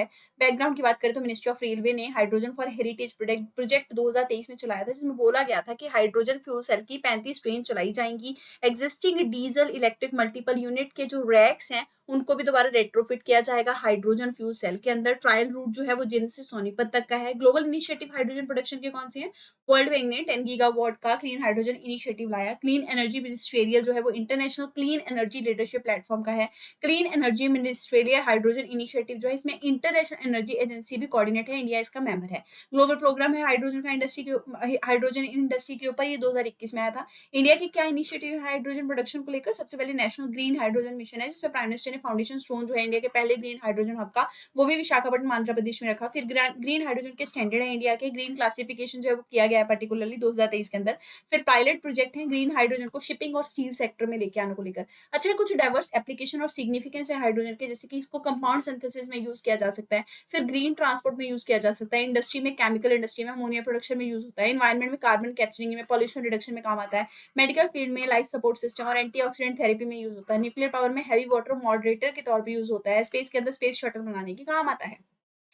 हम बात करेंगे end of the life vehicle rule 2025 के बारे में। मिनिस्ट्री ऑफ एनवायरमेंट ने इनको नोटिफाई किया है। ये रूल जो है एनवायरमेंट प्रोटेक्शन एक्ट 1986 के चलते निकाले गए हैं, 2025 में लागू हो जाएंगे 1 अप्रैल को। End of the life vehicle का मतलब क्या है कि वो व्हीकल जिनकी आपकी वैलिडिटी नहीं रही, मतलब जब तक वो रजिस्टर्ड थे तब तक उनका जो उम्र है वो पूरा हो चुका है, तो अब वो अनफिट है, तो इससे उनको कैंसिल होगा उनका रजिस्ट्रेशन। हाईलाइट की बात करी जाए तो इसकी एप्लीकेबिलिटी प्रोड्यूसर के ऊपर और रजिस्टर्ड ऑनर ऑफ व्हीकल के ऊपर और स्क्रैपिंग फैसिलिटी के ऊपर, सबके ऊपर लगाई जाएगी। एक्सेप्शन क्या है कि किन के ऊपर नहीं लगेगी ये वाली क्या बोलते हैं एंड ऑफ द डेट का एप्लीकेबिलिटी ये उन पे नहीं लगेगी जो कि वेस्ट बैटरीज हैं। बैटरी वेस्ट मैनेजमेंट रूल में प्लास्टिक पैकेजिंग आती है जो प्लास्टिक वेस्ट रूल के अंतर्गत, वेस्ट टायर्स और यूज्ड ऑयल आते हैं हैजर्डस वेस्ट के अंतर्गत, और ई वेस्ट आता है। ठीक है, प्रोड्यूसर रिस्पॉन्सिबिलिटी में एक्सटेंडेड प्रोड्यूसर रिस्पॉन्सिबिलिटी का कॉन्सेप्ट भी लाया गया है। फिर ईपीआर का सर्टिफिकेट जो है सेंट्रल पोल्यूशन कंट्रोल बोर्ड के द्वारा जारी भी किया जाएगा। जो रजिस्टर्ड ऑनर और बल्क के कंज्यूमर है उनकी रिस्पॉन्सिबिलिटी है कि उनको डिपॉजिट करना पड़ेगा अपना सर्टिफिकेट। जब वो डिपॉजिट करेंगे और नया व्हीकल खरीदेंगे तो उनको बेनिफिट जो है वो भी मिलेगा। इम्प्लीमेंटेशन कमेटी भी इसके लिए कॉन्स्टिट्यूट की गई है जिसमें सीपीसीबी के चेयरमैन उसको हेड करेंगे। कुछ रिलेटेड न्यूज में बात करेंगे corporate average fuel efficiency norms के बारे में। सेंटर ने बोला है कि अगर इस नॉर्म को वायलेट किया जाएगा तो उसके लिए पेनल्टी लगेगी। ये जो नॉर्म है ये पहली बार 2017 में एनर्जी कंजर्वेशन एक्ट 2001 के चलते लाए गए थे। इसका ऑब्जेक्टिव था फ्यूल के कंजम्पशन को मिटिगेट करना ताकि CO2 का एमिशन कम हो सके, ऑयल की डिपेंडेंसी कम हो सके। इसमें जो गैसोलीन इक्विवेलेंट होता है कॉर्पोरेट एवरेज फ्यूल कंजम्पशन का, उसको कॉर्पोरेट एवरेज कर्व वेट जो होता है सारे कार्स का उसके साथ रिलेट किया जाता है ओरिजिनल इक्विपमेंट मैन्युफैक्चरर के द्वारा। इसको पेट्रोल, डीजल, एलपीजी, सीएनजी सबके साथ जो है उसका एप्लीकेबिलिटी हो जाता है नॉर्म्स का। Global energy alliance for people and plant की बात करेंगे। इन्होंने इंटरनेशनल सोलर अलायंस के साथ मिलकर एक अग्रीमेंट साइन किया था कि $100 मिलियन का जो फंड है वो जनरेट किया जा सके to support the high impact solar energy project. इसके अलावा डिजिटलाइजेशन किया जाएगा यूटिलिटी फॉर एनर्जी ट्रांजिशन का। फिर global energy alliance for people and plant जो है ये ग्लोबल पब्लिक प्राइवेट इनिशिएटिव है जिसमें क्लीन एनर्जी के ट्रांजिशन को क्या किया जाएगा, एक्सेलरेट किया जाएगा डेवलपिंग कंट्रीज में। और इसके अलावा इसका फोकस एरिया है रिन्यूएबल एनर्जी सोल्यूशन जो है उसका डिस्ट्रीब्यूशन करना, पॉवर्टी एनर्जी को लेकर जो गरीबी है उसको दूर करना। अमेंडमेंट टू एएलएम ऑर्डर 2019 की बात करेंगे। Ministry of New and Renewable Energy ने approved list of model and manufacture के ऑर्डर को अमेंड किया है। देखिए इसमें क्या है कि एएलएम लिस्ट 2 जो है वो जारी की गई है। जितने भी सोलर फोटोवोल्टिक के मॉड्यूल्स है ना गवर्नमेंट बैक प्रोजेक्ट के अंदर उनको इसमें कवर किया गया है। साथ में ओपन एक्सेस रिन्यूएबल एनर्जी के इनिशिएटिव जो है उनके बारे में बात की गई है। फिर लिस्टिंग दी जाती है कि कौन कौन से प्रोडक्ट जो है वो इस लिस्ट के अंदर जो है वो आएंगे, उनको एग्जाम्पशन दिया जाएगा। प्रोजेक्ट जिनको ऑलरेडी अवार्ड दिया गया है बिडिंग प्रोसेस में वो कंप्लीट कर दिया गया है उनको मतलब इसमें एग्जाम्पशन है। टेक्नोलॉजी इनोवेशन को प्रमोट किया जाएगा। थिन फिल्म के सोलर मॉड्यूल जो है जो कि इंटीग्रेटेड सोलर फोटोवोल्टिक मॉड्यूल ने मैन्युफैक्चर किए हैं उनको कंसिडर किया जाएगा कि वो इस लिस्ट 2 में कंप्लाई करते हैं। इंप्लीमेंटेशन 1 जून 2026 को होगा। मिसलेनियस में रिवर लिंकिंग प्रोजेक्ट की बात करते हैं। प्राइम मिनिस्टर के द्वारा जो फाउंडेशन स्टोन है Ken Betwa river linking project का वो रखा गया है। देखिए ये नेशनल रिवर लिंकिंग प्रोजेक्ट का ही पार्ट है और केन का जो ज्यादा पानी है सरप्लस वाटर उसको डाइवर्ट किया जाएगा बेतवा बेसिन के अंदर। इसका कंप्लीशन जो है वो 2030 तक हो जाएगा। लोकेशन की बात करें तो मध्य प्रदेश और उत्तर प्रदेश में ये स्पैन हो रखा है। ड्राउट प्रोन बुंदेलखंड के रीजन तक ये पहुंचता है। अब इसमें फेज जो है वो 2 है, कंपोनेंट 2 है। फेज 1 में धौधन डैम जो है वो बनाया जाएगा, पन्ना टाइगर रिजर्व के एरिया को कवर करेगा। फिर केन बेतवा लिंक कैनाल बनाई जाएगी वाटर ट्रांसफर के लिए। फेज 2 में लोअर और डैम, बीना कॉम्प्लेक्स और कोठा बैराज जो है ये बेतवा बेसिन में बनाया जाएगा वाटर की स्कैरसिटी को एड्रेस करने के लिए। नेशनल रिवर लिंकिंग प्रोजेक्ट की बात करें तो ये पहली बार सर आर्थर कॉटन ने 1850s में प्रपोज किया। फिर 1972 में केएल राव ने इसको दोबारा से रिवाइव किया और इंडिया के पावर और इरिगेशन मिनिस्टर थे उस टाइम पे। 1980s में इसको नेशनल पर्सपेक्टिव प्लान के चलते इनिशिएट किया गया। 1982 में national water development agency setup की गई जो कि स्टडी की रिवर लिंकिंग के बारे में। 2021 में सेंटर ने national interlinking of river authority जो है वो बनाई जो कि सेंट्रल अथॉरिटी थी एक तरीके से। फिर उसके बाद ऑब्जेक्टिव क्या था कि 30 मिलियन हेक्टेयर जो है उसमें इरिगेशन देना, पावर का जनरेशन करवाना, ड्राउट की समस्या को हल करना। नेशनल वाटर डेवलपमेंट एजेंसी जो है उन्होंने फॉलोइंग कंपोनेंट जो है वो अभी आइडेंटिफाई किए। सबसे पहले हिमालयन रिवर डेवलपमेंट जिसमें कि 14 लेक बिठाए जाएंगे, गंगा और ब्रह्मपुत्र की नदियों को भी कनेक्ट किया जाएगा। फिर पेनिसुलर रिवर डेवलपमेंट जिसमें कि 16 लिंक्स बिठाए जाएंगे पेनिसुलर नदियों के, जिसका एक एग्जाम्पल केन बेतवा लिंक है। इंट्रास्टेट लिंक जिसमें स्टेट के अंदर बहने वाली नदियों को भी आपस में जोड़ा जाएगा। प्रपोज इंटरबेसिन वाटर ट्रांसफर लिंक का डायग्राम दिया गया है। यहाँ पे हिमालयन एरिया में कौन सी नदियां जोड़ी जाएंगी, पेनिसुला में कौन सी आपको दी गई है। आप चाहें तो पढ़ सकते हैं पर ध्यान रखिएगा पेनिसुला वाली केन बेतवा जो है वही के लिए पेनिसुलर रिवर के उसमें कैटेगरी में आती है। अब बात करेंगे अदर इंपॉर्टेंट न्यूज की। इंडिजिनस हर्बल नॉलेज की बात करते हैं। हर्बल पेटेंट जो है वो ग्रांट किए गए हैं हर्बल ट्रेडिशनल नॉलेज जो है जम्मू कश्मीर और गुजरात वाले उनको। तो देखिए ये वो नॉलेज होती है जो कि नॉलेज होल्डर्स के द्वारा इकोलॉजिकल सिस्टम से अटेन की जाती है। लोकल फ्लोरा को यूज करते हुए एक्सपेरिमेंट करते हुए उससे कुछ निकाला जाता है बेनिफिशियल। ठीक है, इसमें प्लांट स्पीशीज जो है उनको कवर किया जाता है जो कि मेडिसिनल यूज के लिए बहुत हाई होते हैं। और ट्रेडिशनल नॉलेज जो है इंडिया की उसके लिए कुछ ऑलरेडी इनिशिएटिव है जैसे कि ट्रेडिशनल नॉलेज डिजिटल लाइब्रेरी है उसको स्टोर करने के लिए नॉलेज को, नेशनल आईपीआर पॉलिसी है। स्वास्थ्य के इनिशिएटिव जो है इसकी बात की जाए तो इसका significance international conference on communication पे हाईलाइट किया गया। स्वास्थ्य का फुल फॉर्म है scientifically validated societal traditional knowledge. इसको CSIR और national institute of science communication के द्वारा कोऑर्डिनेट किया जा रहा है। इसका ऑब्जेक्टिव है ट्रेडिशनल प्रैक्टिस को प्रिजर्व करना, साइंटिफिक वैलिडेशन जो है ट्रेडिशन का वो देखना। देखिए इसके अलावा साइंटिफिकली वैलिडेटेड ट्रेडिशनल नॉलेज जो सोशल मीडिया से वो होता है सर्कुलेट, उसको भी ये सपोर्ट करता है। गृहा की बात करेंगे, green rating for integrated habitat assessment. Inland waterway authority जो है इंडिया की, उन्होंने इंटर मॉडल टर्मिनल जो है कोलाघाट बिहार के अंदर, उसको 5 स्टार स्वगृहा की रेटिंग जो है वो दी है। ये गृहा के थ्रू दी गई है। टर्मिनल जो है ये वर्ल्ड बैंक का जो प्रोजेक्ट है, जल मार्ग विकास प्रोजेक्ट, उसी का पार्ट है। नेशनल वाटर वन वे जो रिवर गंगा पे बन रहा है, उसके रास्ते में ही आएगा। गृहा क्या है? ज्वाइंट वेंचर है ministry of New and Renewable energy और द एनर्जी रिसोर्स इंस्टीट्यूट का। इसमें रेटिंग दी जाती है इन्वायरमेंटली अच्छी जो परफॉर्म करने वाली बिल्डिंग होती है, उसके लाइफ साइकिल को देखते हुए उसको ग्रीन बिल्डिंग का टाइटल भी दिया जाता है। स्वगृहा क्या है? ये स्मॉल स्केल स्टेक होल्डर्स को, यानी कि बंगलों वगैरह को, छोटे छोटे ऑफिस को दी जाने वाली रेटिंग है। गृहा का ये सिंपल वर्सेटाइल अफोर्डेबल फॉर्म है। कायरो कॉल टू एक्शन की बात करेंगे। वर्ल्ड अर्बन फॉर्म ने अपना 12th एडिशन जो है वो कायरो के अंदर कंक्लूड किया। ये 10 point Cairo call to action इसमें लॉन्च किया गया। देखिए, वर्ल्ड अर्बन फोरम जो है इसको 2001 में यूएन ने एस्टेब्लिश किया था सस्टेनेबल अर्बनाइजेशन के लिए। कायरो कॉल टू एक्शन में बात की गई है कि कैसे ग्लोबल हाउसिंग क्राइसिस को एड्रेस किया जा सकता है, अर्बन स्पेस को अच्छे से यूटिलाइज किया जा सकता है, लोकल एक्टर्स जो है उनका साथ लिया जा सकता है, फाइनेंस जो है सिटीज के लिए वो मोबिलाइज किया जा सकता है, लोकल और ग्रास रूट के डाटा को यूज किया जा सकता है। इंडियन ग्रीन बिल्डिंग काउंसिल की बात करें तो अपकमिंग दुर्गेश अनन्या यूलॉजिकल पार्क जो है वो कांगड़ा डिस्ट्रिक्ट हिमाचल प्रदेश के अंदर है। ये इंडिया का सबसे पहला जू बनेगा जिसको कि आईजीबीसी का सर्टिफिकेट जो है वो दिया गया है इको फ्रेंडली इनिशिएटिव के लिए। आईजीबीसी क्या है? ये कन्फेडरेशन ऑफ इंडियन इंडस्ट्री का ही पार्ट है, 2001 में स्टैब्लिश किया गया था। इसका ऑब्जेक्टिव क्या है कि इंडिया को ग्लोबल लीडर बनाना सस्टेनेबल एनवायरनमेंट के बिल्डिंग के लिए 2025 तक। इसके अलावा इसमें ग्रीन बिल्डिंग जो होती हैं उनके रेटिंग प्रोग्राम डेवलप किए जाते हैं, सर्टिफिकेट प्रोवाइड किए जाते हैं। इसके अलावा ग्रीन बिल्डिंग की कांग्रेस को भी ये काउंसिल ऑर्गेनाइज करती है। नेट जीरो बैंकिंग अलायंस की बात करेंगे। रिसेंटली वॉल स्ट्रीट का जो बिगेस्ट बैंक है जिसमें गोल्डमैन शेल्स ग्रुप भी आता है, इन्होंने एग्जिट कर दिया है नेट जीरो बैंकिंग अलायंस से। ये दरअसल बैंक लेड और यूनाइटेड नेशन के द्वारा कन्वीन किया हुआ एक ग्रुप है जिसमें लीडिंग ग्लोबल बैंक है जो एक्चुअल में लैंडिंग, इन्वेस्टमेंट, कैपिटल मार्केट की एक्टिविटीज के लिए कमिटमेंट करते हैं। और ये कमिटमेंट इनकी net zero green house gas emission के लिए होती है, मतलब वहां इन्वेस्ट करेंगे जहां पे किसी भी तरीके का ग्रीन हाउस गैस का इमिशन नहीं होगा। ये 2050 तक इनका टारगेट था। कोई भी इंडियन बैंक इसका मेंबर नहीं है। ये क्लाइमेट सक्सेसर है, किसके? एक्सेलरेटर है for the united nation environment programme finance initiative principle for responsible banking.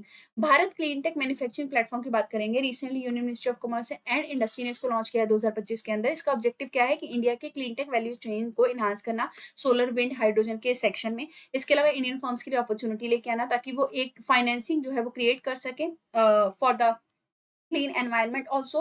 और इंडिया जो है इसके इसमें एक अट्रैक्टिव बिजनेस केस हो सकता है जिसमें कि सस्टेनेबिलिटी और टेक सेक्टर में बहुत बहुत अच्छा इन्वेस्टमेंट फेच करने का प्रोबेबिलिटी है। इंडिया ने वर्ल्ड का first green steel taxonomy launch किया है। यूनियन मिनिस्ट्री ऑफ स्टील ने इसको लॉन्च किया है। तो ये क्लासिफिकेशन होता है एक तरीके से। ग्रीन स्टील टैक्सोनॉमी का मतलब क्या हुआ? ग्रीन स्टील क्या हुआ कि वो स्टील जिसमें कि CO2 अगर इमिशन किया भी जाएगा CO2 का, तो वो उतना ही होगा जितना कि यूटिलाइज किया जा रहा है। मतलब ऐसे समझिए उसकी जो इमिशन इंटेंसिटी होगी वो less than 2.2 ton of CO2 होगी per ton of the finish steel. ठीक है? तो मतलब कुछ ना कुछ जो प्रोडक्शन में CO2 निकल रहा है उसमें रिडक्शन करना। स्टार रेटिंग सिस्टम ग्रीननेस के बेसिस पे होगा और हर 3 साल में रेटिंग को रिव्यू किया जाएगा। 5 स्टार रेटिंग भी दी जाएगी according to the emission intensity. 4 star, 3 star ये आगे की रेटिंग होगी। Nodal agency national institute of secondary steel technology है जो कि एक्चुअल में ग्रीननेस सर्टिफिकेट के ऊपर वेरिफिकेशन, रिपोर्टिंग ये सब करेगी। इंपॉर्टेंस क्या है ग्रीन स्टील टेक्सोनॉमी का? इससे national mission on green steel जो है उसके ऊपर और एडवांसमेंट लाई जा सकती है। चैंपियंस ऑफ अर्थ अवार्ड 2024 की बात करेंगे। यूनाइटेड नेशन एनवायरमेंट प्रोग्राम ने इसको लॉन्च किया है। 2024 का लाइफ टाइम अचीवमेंट कैटेगरी का जो अवार्ड है वो इंडियन इकोलॉजिस्ट माधव गदीर को दिया गया है क्योंकि इन्होंने वेस्टर्न घाट को प्रोटेक्ट करने के लिए बात की थी। ठीक है? चैंपियन ऑफ अर्थ अवार्ड हर साल दिया जाता है। 2005 में सबसे पहले दिया गया था। यूनाइटेड नेशन का हाईएस्ट एनवायरमेंटल ऑनर है। 2024 में इसने इंडिविजुअल्स और ऑर्गेनाइजेशंस को ये दिया था ताकि इनोवेटिव और सस्टेनेबल सॉल्यूशन जो वो लेके आए थे वो और ज्यादा मार्केट में पहुंच सके। इसमें पॉलिसी, लीडरशिप, इंस्पिरेशन हर एक कैटेगरी में अवार्ड दिए जाते हैं। डिजास्टर मैनेजमेंट में बात करेंगे। 150 years of Indian meteorological department के बारे में। देखिए, इसके 150 साल हो गए हैं। प्राइम मिनिस्टर ने इसके चलते मिशन मौसम जो है वो भी लॉन्च किया है। मिशन मौसम मिनिस्ट्री ऑफ अर्थ साइंस का है। इसमें इंडिया को वेदर रेडी और क्लाइमेट स्मार्ट बनाने की बात की गई है ताकि क्लाइमेट चेंज को हैंडल किया जा सके, वेदर इवेंट को हैंडल किया जा सके जो कि क्लाइमेट चेंज की वजह से बदल रहे हैं। फेज 1 जो है इसका 2024 से 26 में लॉन्च किया जाएगा। फेज 2 जो है 2026 से 31 तक चलेगा। Implementation IMD, Indian Institute of Tropical Meteorology Pune और National Centre of Medium Range Weather Forecasting Noida मिलकर करेंगे। इसमें इसमें जनरल पब्लिक भी फ़ायदा लेगी, agriculture, disaster management, defence, environment सबको फ़ायदा मिलेगा। हिस्ट्री की बात की जाए मेट्रोलॉजी की तो 1636 में हेले जो कि एक ब्रिटिश साइंटिस्ट थे, इन्होंने एक ट्रीटीज़ जो है इंडियन मानसून के ऊपर वो पब्लिश की थी, जिसमें बताया गया था कि कैसे सीज़नल रिवर्सल जो विंड का होता है, उसकी वजह से एशियन का जो लैंड मास है, मतलब जो लैंड है और इंडियन ओशन, वो अलग-अलग तरीके से गर्म और ठंडे होते हैं, जिसकी वजह से हवा का जो फ्लो है वो बदलता रहता है। आईएमडी जो है 1875 में बनाया गया, हेडक्वार्टर न्यू दिल्ली के अंदर है, पहले कोलकाता में था। पहले डायरेक्टर जनरल जो थे ऑब्जर्वेटरी के वो सर जॉन एलियट थे, 1889 में बने थे कोलकाता हेडक्वार्टर में। फिर पोस्ट 1947 में देखा जाए तो मिनिस्ट्री ऑफ अर्थ साइंस के अंतर्गत चला गया और पहली ऑर्गेनाइजेशन इंडिया के अंदर जो कि स्विचिंग कंप्यूटर के ऊपर मैसेज जो है वो जनरेट करती है। One of the first few electronic computer जो है इंडिया के अंदर इंट्रोड्यूस किए गए थे, वो आईएमडी को प्रोवाइड किए गए थे ताकि वो साइंटिफिक तरीके से मेट्रोलॉजी के एप्लीकेशन को वो कर सकें, एसेस कर सकें। इंडिया पहला डेवलपिंग कंट्री था वर्ल्ड के अंदर जिसने कि जियो स्टेशनरी सैटेलाइट इनसैट लॉन्च किया वेदर मॉनिटरिंग के लिए। इंटरनेशनल लेवल पे साइक्लोन फॉरकास्ट भी हम देते हैं। आज के टाइम पे तो हमारा वार्निंग सर्विस फॉरकास्ट सर्विंग जो है वो सार्क नेशन को भी दिया जाता है। अब यहाँ पे आप देख सकते हैं मेट्रोलॉजिकल सर्विस का किस तरीके से एवोल्यूशन हुआ है इंडिया के अंदर। 1947 से 59 में हम रडार एज और फ्लड मेट्रोलॉजिकल की सर्विस जो है वो लेके आए। 60-70 के बीच में ग्लोबल सैटेलाइट का एरा आया। 71 में ग्लोबल मॉनिटरिंग फोरकास्टिंग आया। 84 में इंडियन सैटेलाइट एरा आया। 91 के आसपास ऑटोमेटिक ऑब्जर्वेशन। 2006 में मॉडर्नाइजेशन हो गया। 2014 से 23 में एडवांसमेंट हो गया फोरकास्टिंग में। डिजास्टर मैनेजमेंट अमेंडमेंट को लेकर बिल आया 2004 में। ये एक्ट 2005 को अमेंड करेगा। इसमें कुछ ऑब्जेक्टिव दिए गए हैं। सबसे पहले तो डिजास्टर प्लान की जो रिस्पॉन्सिबिलिटी है वो एग्जीक्यूटिव कमेटी से नेशनल डिजास्टर मैनेजमेंट अथॉरिटी के पास और स्टेट वाली अथॉरिटी के पास दे दी जाएंगी। कुछ एडिशनल फंक्शन इनको दिए जाएंगे कि डिजास्टर को कैसे रिस्क को असेस करना है, टेक्निकल असिस्टेंस क्या प्रोवाइड करना है। स्टेट और नेशनल लेवल का डिजास्टर डाटाबेस जो है वो तैयार किया जाएगा। अर्बन लेवल पे डीएम अथॉरिटी जो है डिजास्टर मैनेजमेंट की अथॉरिटी वो बनाई जाएंगे अलग से। स्टेट डिजास्टर रिस्पॉन्स फोर्स जो है वो बनाई जाएगी जिसमें स्टेट गवर्नमेंट का रोल ज्यादा रहेगा। नेशनल क्राइसिस मैनेजमेंट कमेटी और हाई लेवल की कमेटी जो है वो भी बनाई जाएगी। ये एक नोडल बॉडी होगी जो कि मेजर डिजास्टर्स के ऊपर काम करेगी। National crisis management committee major disaster के लिए होगी। हाई लेवल की कमेटी फाइनेंशियल असिस्टेंस वगैरह देगी। नेशनल डिजास्टर मैनेजमेंट अथॉरिटी जो है वो प्लान वगैरह बनाएगी, गाइडलाइन बनाएगी। स्टेट वाली भी यही करेगी स्टेट लेवल पे। नेशनल एग्जीक्यूटिव कमेटी जो है प्लान को प्रिपेयर करेगी, अप्रूव करेगी। डिजास्टर लेवल की डिस्ट्रिक्ट लेवल की अथॉरिटी लोकल रिस्पॉन्स जनरेट करेगी। स्टेट एग्जीक्यूटिव कमेटी जो है वो प्लान को प्रिपेयर करना, अप्रूव करना। फिर नेशनल लेवल की disaster response force disaster response पे और स्पेशलिस्ट टीम पे काम करेगी। मिनिस्ट्री ऑफ एनवायरमेंट फॉरेस्ट के द्वारा एनवायरमेंट रिलीफ फंड की स्कीम 2024 की लागू की गई है। तो ये notification environment relief fund scheme 2008 को अमेंड करके लाया गया है। देखिए सेक्शन 7A जो है पब्लिक लायबिलिटी इंश्योरेंस एक्ट 1991 का, वो ये कहता है कि एनवायरमेंट रिलीफ फंड एस्टेब्लिश किया जाना चाहिए ताकि एनवायरमेंट से अगर कोई भी नुकसान हो तो उसका जो भी उसके विक्टिम्स है उनको हम कॉम्पेंसेशन दे सकें। तो इसमें कुछ अमेंडमेंट की गई है, जैसे कि एनवायरमेंट रिलीफ फंड जो है वो सेंट्रल गवर्नमेंट के पास सौंप दिया गया है। Fund manager central pollution control board हुआ करता था, कंट्रोल बोर्ड को कर दिया गया है। इससे पहले यूनाइटेड इंडिया इंश्योरेंस कंपनी हुआ करती थी। इसके अलावा डिसबर्समेंट की बात की जाए तो फंड मैनेजर सेंट्रल गवर्नमेंट के साथ कंसल्ट करके ऑनलाइन पोर्टल के थ्रू ही अमाउंट को डिस्पर्स कर सकते हैं, विक्टिम तक पहुंचा सकते हैं, ठीक है। और ये डिस्ट्रिक्ट कलेक्टर के ऑर्डर से होगा। फिर ये जो अमाउंट है ये पब्लिक फाइनेंशियल इंस्टीट्यूशंस के पास रहेगा। सेविंग अकाउंट जो होगा उसके उसमें इसको सेव रखा जाएगा। एनवायरमेंटल डैमेज को रिस्टोर करना ये भी इसका एक इसको इसमें भी फंडिंग जो है वगैरह यूज की जा सकती है। फिर इसके अलावा जो भी अकाउंट है उससे पैसा कहाँ जा रहा है उसकी ऑडिटिंग भी अलग से की जाएगी। इसके लिए सेंट्रल गवर्नमेंट इंडिपेंडेंट ऑडिटर जो है उसको वो करेगी, अपॉइंट करेगी। और फाइनली ये सब अप्रूवल कैग के द्वारा किया जाएगा, कंट्रोलर ऑडिटर जनरल के द्वारा।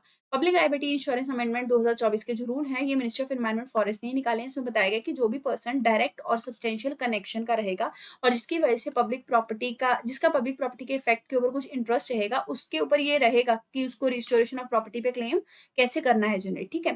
फिर कैसे यूटिलाइजेशन करना है इस फंड का, इसके बारे में भी अमेंडमेंट में बात की गई है। और इंश्योरेंस पॉलिसी की कवरेज की लिमिट भी बढ़ा दी गई है।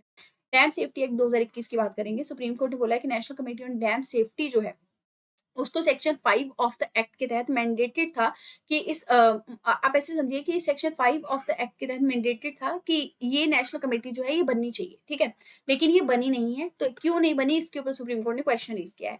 कमेटी जो है ये 4 टियर इंस्टीट्यूशन का पार्ट रहेगी इस एक्ट के चलते। और ये डैम का अगर फेलियर होता है, डिजास्टर हो जाता है उसकी वजह से, उसको प्रिवेंट करने पे काम करेगी। सेंट्रल वाटर कमीशन जो है उसके चेयरपर्सन के द्वारा इसको चेयर किया जाएगा।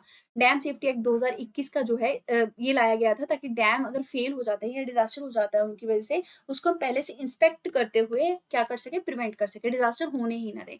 4 ईयर का इंस्टीट्यूशनल मैकेनिज्म है। सेंट्रल लेवल पे नेशनल डैम सेफ्टी अथॉरिटी है, फिर स्टेट लेवल पे स्टेट कमेटी और स्टेट डैम सेफ्टी ऑर्गेनाइजेशन है। कुछ और डैम सेफ्टी के मेजर इंडिया में, जैसे हमने नेशनल रजिस्टर बनाया गया हुआ है लार्ज डैम के ऊपर, डैम रिहेबिलिटेशन एंड इंप्रूवमेंट यानी ड्रिप का प्रोजेक्ट है, वर्ल्ड बैंक और एशियन इंफ्रास्ट्रक्चर इन्वेस्टमेंट बैंक इसको सपोर्ट कर रहे हैं। National centre for Earthquake Safety of Dam है, dam health and rehabilitation monitoring application है। Dam in India and associated safety concern की अगर बात की जाए तो India third largest dam owning nation है वर्ल्ड में। सबसे पहले नंबर पे चाइना है, सेकंड पे यूएसए है। 5,000 लार्ज डैम इंडिया के अंदर पाए जाते हैं। कुछ की डैम सेफ्टी कंसर्न है हमारे। सबसे पहले हमारे यहाँ पे 80% जो लार्ज डैम है वो ऑलरेडी 25 साल पुराने हो चुके हैं, फिर सेडिमेंट बहुत सारा उनके अंदर जमा हो चुका है, और अर्थक्वेक प्रोन के एरिया में भी बहुत सारे डैम हैं। रैट होल माइनिंग की बात करेंगे, 9 वर्कर्स रैट होल माइन जो है असम के अंदर, वहां पे ट्रैप हो गए थे, और ये सब आपका दिमा हासाओ डिस्ट्रिक्ट असम के अंदर हुआ। रैट होल माइनिंग का ही मैकेनिज्म होता है जिसमें कि हॉरिजॉन्टल टनल्स बनाई जाती हैं 3 से 4 फीट तक की, और इसमें बच्चे या छोटे छोटे वर्कर्स होते हैं उनको भेजा जाता है, वो अंदर से फिर कोयले को एक्सट्रैक्ट करते हैं। रैट होल इसलिए कहा जाता है, जैसे चूहा नहीं सुरंग को खुरेदते हुए जाता है, ये वैसे ही जाते हैं, और एक पर्सन के ऊपर पीछे पर्सन दूसरा चलता रहता है। ये मेघालय में की जाती है। इसके रीजन क्या है? सबसे पहले तो जो थिन कोल वाले एरिया होते हैं ना, वहां पे रैट होल माइनिंग ज्यादा इकोनॉमिकल है ओपन कास्ट माइनिंग के कंपेरेटिव में। डिफिकल्ट टेरेन में यही पॉसिबल होती है, क्योंकि मशीन लेके जाओगे तो पहाड़ गिरने का डर रहेगा। गवर्नेंस इशू भी है कि कॉन्स्टिट्यूशन का 6th शेड्यूल जो है वो ट्राइबल को राइट देता है उनके लैंड के ऊपर, तो वो जैसी माइनिंग चाहे कर सकते हैं। लैंड ओनर जब बोलते हैं हमारे मिनरल्स हैं, हम जैसे चाहे निकाल सकते हैं ना। नेशनल ग्रीन ट्रिब्यूनल ने रैट होल माइनिंग को मेघालय में 2014 में बैन कर दिया था अनसाइंटिफिक रीजन की वजह से, लेकिन ये बैन सुप्रीम कोर्ट ने अपहेल्ड किया, पर अभी भी होती है। ठीक है, अब बात करेंगे डिजास्टर की, अर्थक्वेक के बारे में। अर्थक्वेक मैग्नीट्यूड 7.1 का तिब्बत जो है हिमालय का रीजन, वहां पे हुआ था, स्ट्राइक हुआ था। हिमालय दरअसल वर्ल्ड का मोस्ट जियोलॉजिकली एक्टिव जोन है, मतलब अर्थक्वेक यहाँ पे बहुत सारे आते हैं। देखिए, हिमालय का जो रीजन है वो सीस्मिक जोन 4 और 5 में लाई करता है। हमारे यहाँ पे 4 तरीके के जोन होते हैं, जोन 5, 4, 3, 2। ठीक है, जोन 5 जो है वो सिस्मिकली मोस्ट एक्टिव है, जहाँ पे सबसे ज्यादा अर्थक्वेक डिजास्टर क्रिएट कर सकता है, और जोन 2 सबसे लीस्ट है। अब बात करेंगे कि हिमालय जो है वो फ्रीक्वेंट अर्थक्वेक की वहां पे फ्रीक्वेंट अर्थक्वेक जो है वो क्यों आते हैं। सबसे पहले तो टेक्टोनिक कोलिजन, इंडिया और यूरेशिया की प्लेट जहां पे टकराई वहीं पे हिमालयस बने, तो ये कन्वर्जेंट बाउंड्री है, ये आपने ज्योग्राफी में पढ़ा होगा ना। इंडियन प्लेट जो है वो यूरेशियन प्लेट के नीचे धसी हुई है और लगातार मूव करती जा रही है, इस वजह से अर्थक्वेक आते हैं। फिर एक्टिव फॉल्ट लाइन है, जहां पे main central thrust main boundary thrust बनी हुई है। Main central thrust higher Himalaya और लेसर हिमालय के बीच में है, main boundary thrust lesser Himalaya और शिवालिक के बीच में है। यंग माउंटेन रेंज, अगर देखा जाए हिमालय यंग है, स्ट्रक्चरली अभी अनस्टेबल है, तो हमेशा इसमें सिस्मिक एक्टिविटी होती रहती है।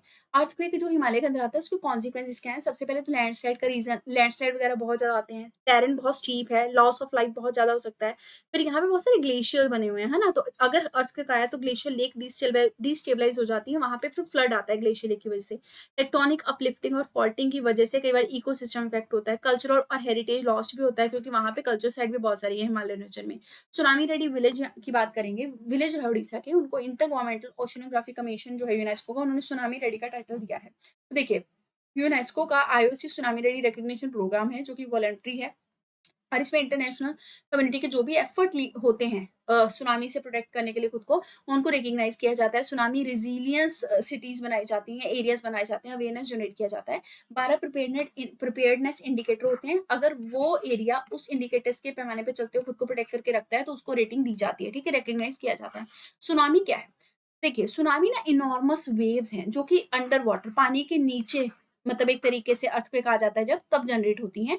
तो सीज्मिक मूवमेंट जब आपका आता है ना समुद्र के अंदर, सी फ्लोर के अंदर, तो वहां पे जो मूवमेंट होता है उसकी वजह से सुनामी की वेव्स आती हैं। सुनामी वेव्स समुद्र के अंदर इतनी डेंजरस नहीं होती जितनी कि कोस्ट एरिया में या कोस्टल एरिया में होती हैं, क्योंकि जब समुद्र के अंदर ये होती है, इनकी वेवलेंथ आप देखिए बहुत ज्यादा होती है, और इनका एम्पलीट्यूड हाइट कह लीजिए बहुत कम होती है। लेकिन जैसे ये कोस्ट से टकराती है ना, इनकी वेवलेंथ कम हो जाती है और इनका एम्पलीट्यूड बढ़ जाता है।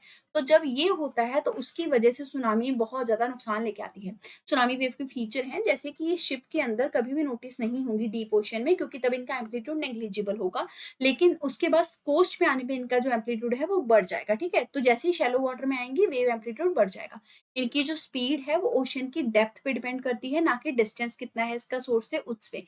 अब स्टेप क्या लिए गए हैं सुनामी प्रिपेयरनेस को लेकर? सबसे पहले तो ग्लोबल लेवल पे UNESCO IOC tsunami ready recognition programme है, जो कि वॉलंटरी न्यूट्रली इंटरनेशनल कम्युनिटी के द्वारा लाया गया प्रोग्राम है। सुनामी यूनाइटेड प्रोग्राम यूनेस्को का है। Global tsunami early warning and mitigation programme जो है वो भी यूनेस्को का है। Indian tsunami early warning centre जो है वो Indian national centre for ocean information science Hyderabad ने स्टैब्लिश किया है अर्ली वार्निंग के लिए।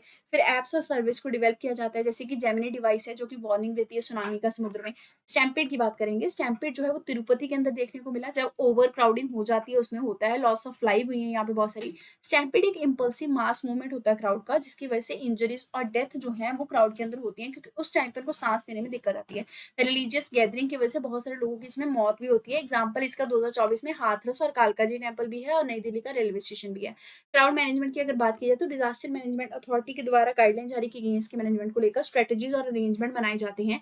रिस्क का असेसमेंट और मिटिगेशन बहुत जरूरी है। इन्फॉर्मेशन मैनेजमेंट यानी क्लियर कम्युनिकेशन बहुत जरूरी है ताकि ये ना हो पाए। सीसीटीवी सर्विलेंस जरूरी है। मेडिकल हेल्प इजीली पहुंचनी चाहिए और ट्रैफिक का मैनेजमेंट जरूरी है। ट्रिगर्स क्या हो सकते हैं? सबसे पहले तो कोलैप्स हो गया बैरिकेड का जो भी लगा हुआ है ना, जैसा महाकुंभ में हुआ था। फायर कोड का वायलेशन हो गया, मैनेजमेंट को लेकर इशू हो गया, गवर्नेंस इशू हो गया, फायर सर्विस अच्छी से नहीं दी गई, ह्यूमन साइकोलॉजी, ये सब की वजह से स्टैम्पेड होता है। वाइल्ड फायर की बात करेंगे, 2023 की स्टडी बोलती है, जर्नल प्रोसीडिंग जो नेशनल अकेडमी ऑफ साइंस की है, कि 10 जो आपके लार्जेस्ट कैलिफोर्निया वाइल्ड फायर है वो पिछले 20 सालों में देखने को मिले हैं। रीजन क्या है वहां पे वाइल्ड फायर का? सबसे पहले तो मैन मेड एक्टिविटी है ना। 85% जितने भी फॉरेस्ट फायर यूएस के अंदर भी हुए हैं वो ह्यूमंस के द्वारा स्टार्ट किए गए हैं। ड्राई विंटर, अक्टूबर के बाद से वहां पे सदर्न कैलिफोर्निया में रेन या बारिश नहीं होती तो सूखा बहुत होता है। सेंटा एना विंड वहां पे फ्लो करती है। ये विंड जो है ये अक्टूबर से जनवरी तक रहती है, ठीक है। तो जो ग्रेट बेसिन का एरिया है, जो रॉकी माउंटेन और सेरा नेवादा यूएसए का है, उसके बीच का जो एरिया है वहां पर आपका ना बहुत ज्यादा इंटेंस, आप समझिए गर्म वहां पे इस तरीके का ना गर्म एनवायरमेंट क्रिएट हो जाता है कि वहां पे ये गर्म हवाएं जो है वो बहने लगती हैं, क्योंकि ये हवाएं जो है ये पहाड़ से, रॉकी माउंटेन से नीचे उतर के आ रही होती है। जब नीचे आ रही होती है तो नीचे आते आते ये हाई प्रेशर क्रिएट करती हैं और बहुत गर्म कर लेती हैं खुद को, जिसकी वजह से वहां का तापमान बहुत ज्यादा एक तरीके से वो हो जाता है इंटेंस और फायर लगने का चांस बढ़ जाता है, क्योंकि ह्यूमिडिटी ड्रॉप हो जाती है, क्योंकि हवा कंप्रेस हो रही होती है। क्लाइमेट चेंज भी एक रीजन है। ग्लोबल टेम्परेचर जो है वो बढ़ता जा रहा है, जिसकी वजह से स्प्रिंग और समर्स बहुत ज्यादा वार्म हो रही है, मॉइस्चर खत्म हो रहा है ना।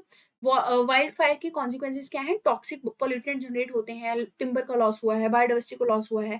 इसके अलावा एक टर्म है हाइड्रोक्लाइमेटिक विप्लैश। एक्सपर्ट्स ये कहते हैं कि जो भी वाइल्ड फायर यूएसए के अंदर हुआ है वो हाइड्रोक्लाइमेटिक विप्लैश की वजह से हुआ है।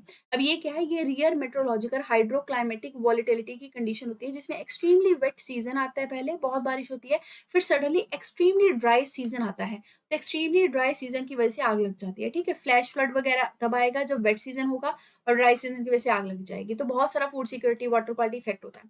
केमिकल डिजास्टर की बात करेंगे, ये जो साल है इसमें 40 साल हो गए भोपाल गैस ट्रेजेडी को। 3 दिसंबर 1984 को हाईली टॉक्सिक मिथाइल आइसोसिनाइड गैस जो है वो लीक हुई थी पेस्टिसाइड प्लांट से, जो कि यूनियन कार्बाइड इंडिया लिमिटेड का प्लांट था। और उसके बाद अब 4 डेकेड हो गए हैं इसको, लेकिन अभी वहाँ टॉक्सिक वेस्ट जो है उसका रिमेन देखने को मिलता है। इंडिया का सबसे पहला मेजर केमिकल डिजास्टर था ये। कुछ और केमिकल डिजास्टर इंडिया में है, जैसे कि अमोनिया गैस लीक चेन्नई में हुआ था 2024 में। फिर विजाग गैस लीक हुआ था, जहाँ पे स्टाइरीन गैस जो है वो लीक हुई थी। फिर तुगलकाबाद गैस लीक हुआ था 2017 में, जहाँ पे केमिकल क्लोरोमिथाइल पायराइडिन जो है वो लीक हुई थी। रीजन क्या है केमिकल डिजास्टर के? अगर अच्छे तरीके से नहीं हैंडल किया गया, टेक्निकल एरर आ गया, मैनेजमेंट एरर आ गया, तो ये सब चीजें होती हैं।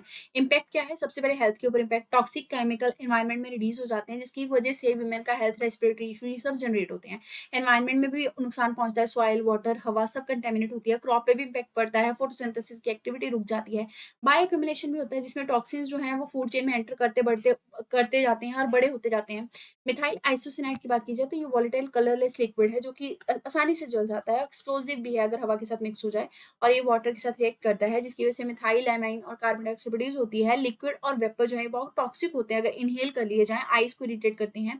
कुछ इनिशिएटिव लिए गए हैं केमिकल एक्सीडेंट को रोकने के लिए, जैसे कि केमिकल डिजास्टर मैनेजमेंट की गाइडलाइन एनडीएमए ने निकाली। फिर एक्सप्लोजिव एक्ट आया 1884 का, कि कैसे एक्सप्लोजिव को डील करना है, कैसे उनका ट्रांसपोर्टेशन करना है। अदर डिजास्टर कौन से न्यूज में है? स्पॉन्सिटी। देखिए इमर्जिंग कॉन्सेप्ट है ये स्पॉन्सिटी का, ये अर्बन फ्लड की समस्या को हैंडल कर सकता है। इसमें क्या है कि फ्लड को कंट्रोल करने के लिए, सस्टेनेबल अर्बन डेवलपमेंट के लिए क्या किया जाता है? पानी को पहले ही कंजर्व करना, उसकी क्वालिटी को इम्प्रूव करना। इसके लिए स्पॉन्सिटी जो है वो डिवेल्प कर दी जाती है, जैसे कि ग्रीन रूफ बनाना, वेटलैंड कंस्ट्रक्ट करना, ट्री कवर जो है वो पहले से बढ़ा के रखना एरिया में। तो सिटी को स्पॉन्ज बनाना, जहाँ पे हमेशा पानी का भी एक तरीके से, जो पानी फ्लड के फॉर्म में आ रहा है उसका यूटिलाइजेशन जो है वो सस्टेनेबल मैनर में किया जा सके। इससे एयर ह्यूमिडिटी बढ़ती है, अर्बन माइक्रो क्लाइमेट जो है वो इजीली रेगुलेट होता है। स्पॉन्ज सिटी पूरे वर्ल्ड में भी है, जैसे कि अल्बेनिया में तिराना है, फिर बर्लिन है जहाँ पे ग्रीन रूफ यूज की जाती हैं। ग्रीन रूफ का मतलब ये नहीं है कि छत को हरा कर दिया, वहां पे छत पे आपने प्लांटर्स वगैरह बहुत सारे लगा दिए, ये है ग्रीन रूफ का मतलब। अब बात करेंगे कवचम के बारे में। केरला ने Kerala warning crisis and hazard management system जो है वो रियल टाइम डिजास्टर अलर्ट के लिए जारी किया है। तो ये दरअसल Kerala state disaster management authority के द्वारा जारी किया गया है, नेशनल डिजास्टर मैनेजमेंट अथॉरिटी और वर्ल्ड बैंक के साथ मिलकर। इसमें नेशनल साइक्लोन रिस्क का मिटिगेशन प्रोजेक्ट जो है वो भी इसको सपोर्ट कर रहे हैं। ये हैजर्ड असेसमेंट के लिए बहुत जरूरी है और ये एक्सट्रीम वेदर इवेंट के बारे में जैसे हैवी रेन के बारे में जानकारी देगा। और ये इमरजेंसी ऑपरेशन सेंटर्स जो हैं इसके अंदर वो भी खोले जाएंगे जो कि वर्चुअल प्राइवेट नेटवर्क से कनेक्ट किए जाएंगे और एक सॉफ्टवेयर के थ्रू भी सपोर्ट किया जाएगा। ज्योग्राफी की बात करेंगे, इक्वेटोरियल इलेक्ट्रोजेट की बात करते हैं। इंडियन साइंटिस्ट ने एक मॉडल डेवलप किया है, 1 सेकेंड। इंडियन साइंटिस्ट ने एक मॉडल डेवलप किया है ताकि इक्वेटोरियल इलेक्ट्रोजेट जो है उसको इजीली समझा जा सके।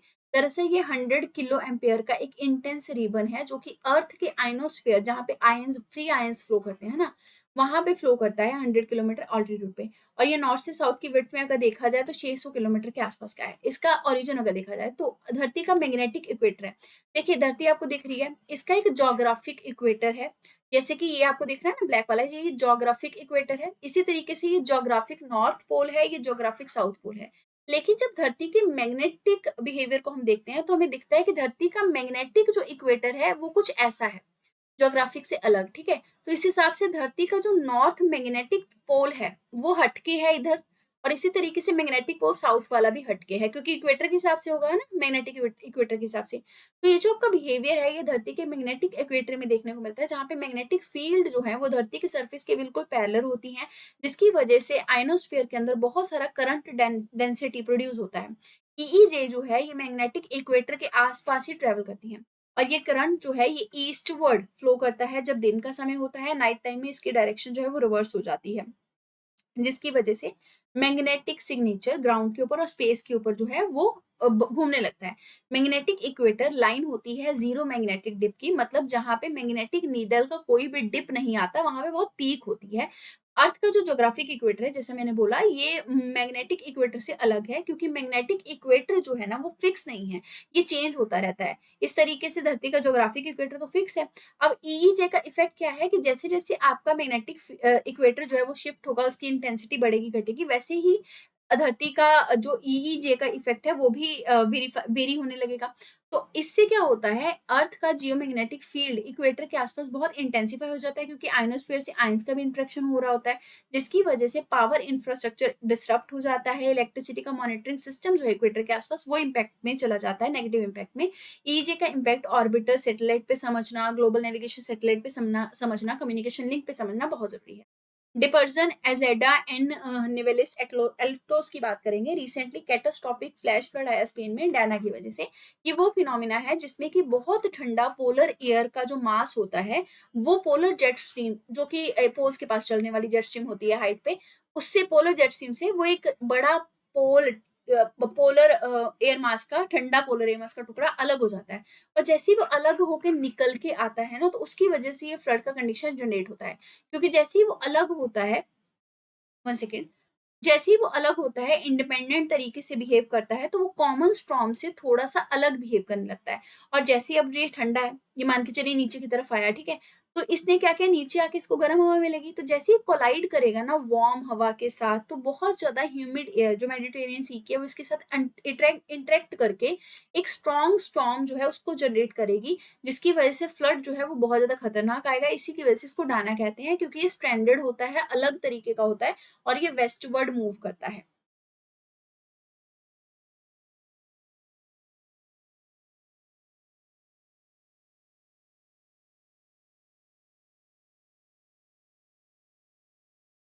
बॉम्ब साइक्लोन के बारे में बात करेंगे। बॉम्ब साइक्लोन जो है नॉर्थ वेस्टर्न यूएसए और वेस्टर्न कनाडा के ऊपर स्ट्रक डाउन हुआ है। बॉम्ब साइक्लोन को बॉम्बोजेनेसिस भी कहते हैं। ये मिड लैटिट्यूड का साइक्लोन होता है, मतलब मिड लैटिट्यूड के एरिया में होता है जहाँ पे बहुत ज्यादा लो प्रेशर जनरेट हो जाता है विद इन 24 आवर्स, और ऐसे समझिए कि 24 मिली बार तक आपका सेंट्रल एयर प्रेशर चला जाता है। मतलब इतना इंटेंस लो प्रेशर होगा तो हाई प्रेशर की जितनी हवा वो यहीं पे कोलाइड होगी, घूमने लग जाएगी, है ना। नॉर्दर्न हेमिस्फेयर में है तो क्लॉकवाइज घूमेंगी, एंटी क्लॉकवाइज आपने कोरोलिस फोर्स तो पढ़ा ही होगा, उसके हिसाब से है ना ये घूमने लग जाती है। तो देखिए मेजॉरिटी ऑफ जितने भी होते हैं ना ये ओशियन के ऊपर होते हैं, ये ट्रॉपिकल और नॉन ट्रॉपिकल हो सकते हैं नेचर के, यूजुअली बहुत सारे वेदर इवेंट इसके साथ होते हैं, जैसे थंडरस्टॉर्म हो गया, बहुत सारी बारिश हो गई। इंडियन ओशन डायपोल की बात करेंगे, इसके ऊपर ऑलरेडी एक सेपरेट वीडियो हमारे चैनल पे अवेलेबल है, जिसमें एल नीनो, ला नीना सब इजीली हमने कवर किया है, including this dipole phenomena also. Study ये कह रही है कि मैंग्रोव डाइबैक जो मालदीव्स में हुआ है, मतलब बहुत सारे मालदीव्स के अंदर क्या हुआ, मैंग्रोव्स मर गए, एक्सट्रीम इंडियन ओशन डायपोल की वजह से हुआ है। ये वो क्लाइमेटिक फिनोमिना है जिसमें ईस्टर्न और वेस्टर्न इंडियन ओशन का जो वो होता है टेम्परेचर डिफरेंस, वो बहुत ज्यादा वेरी करने लगता है। पॉजिटिव फेस क्या होता है कि वेस्टर्न इंडियन ओशन में गर्म पानी हो जाता है, और जो आपका ईस्टर्न इंडियन ओशन है वहां पे कोल्ड वाटर हो जाता है। तो जहां पे ठंडा पानी है वहां पे क्या होगा, टेम्परेचर आपका कम होगा, और वेस्टर्न वाले में टेम्परेचर जो है वो ज्यादा हो जाता है। अगर वेस्टर्न इंडियन ओशन में टेम्परेचर ज्यादा है तो फिर आपका मालदीव्स वाली साइड में क्या होगा, ज्यादा ही तो टेम्परेचर होगा ना, क्योंकि वो वेस्टर्न इंडियन ओशन में लाई करता है, जिसकी वजह से वहां पे बहुत ज्यादा क्या हो जाएगी, सी लेवल राइज हो जाएगी, बहुत ज्यादा बारिश हो जाएगी, जिसकी वजह से मैंग्रोव यहाँ पे क्या हो गए, मर गए। और ऑस्ट्रेलिया में क्या पड़ेगा, सूखा, क्योंकि ऑस्ट्रेलिया आपका कहाँ, ईस्टर्न इंडियन ओशन में लाई करता है। मैप को ध्यान से देखिएगा अपने एटलस में खोल के। नेगेटिव फेज में उल्टी चीज हो जाती है कि टेम्परेचर और रेनफॉल पैटर्न रिवर्स हो जाता है। कोल्ड जो आपका ईस्टर्न इंडियन ओशन है वहां का टेम्परेचर बढ़ जाता है, वेस्टर्न वाले का कम हो जाता है।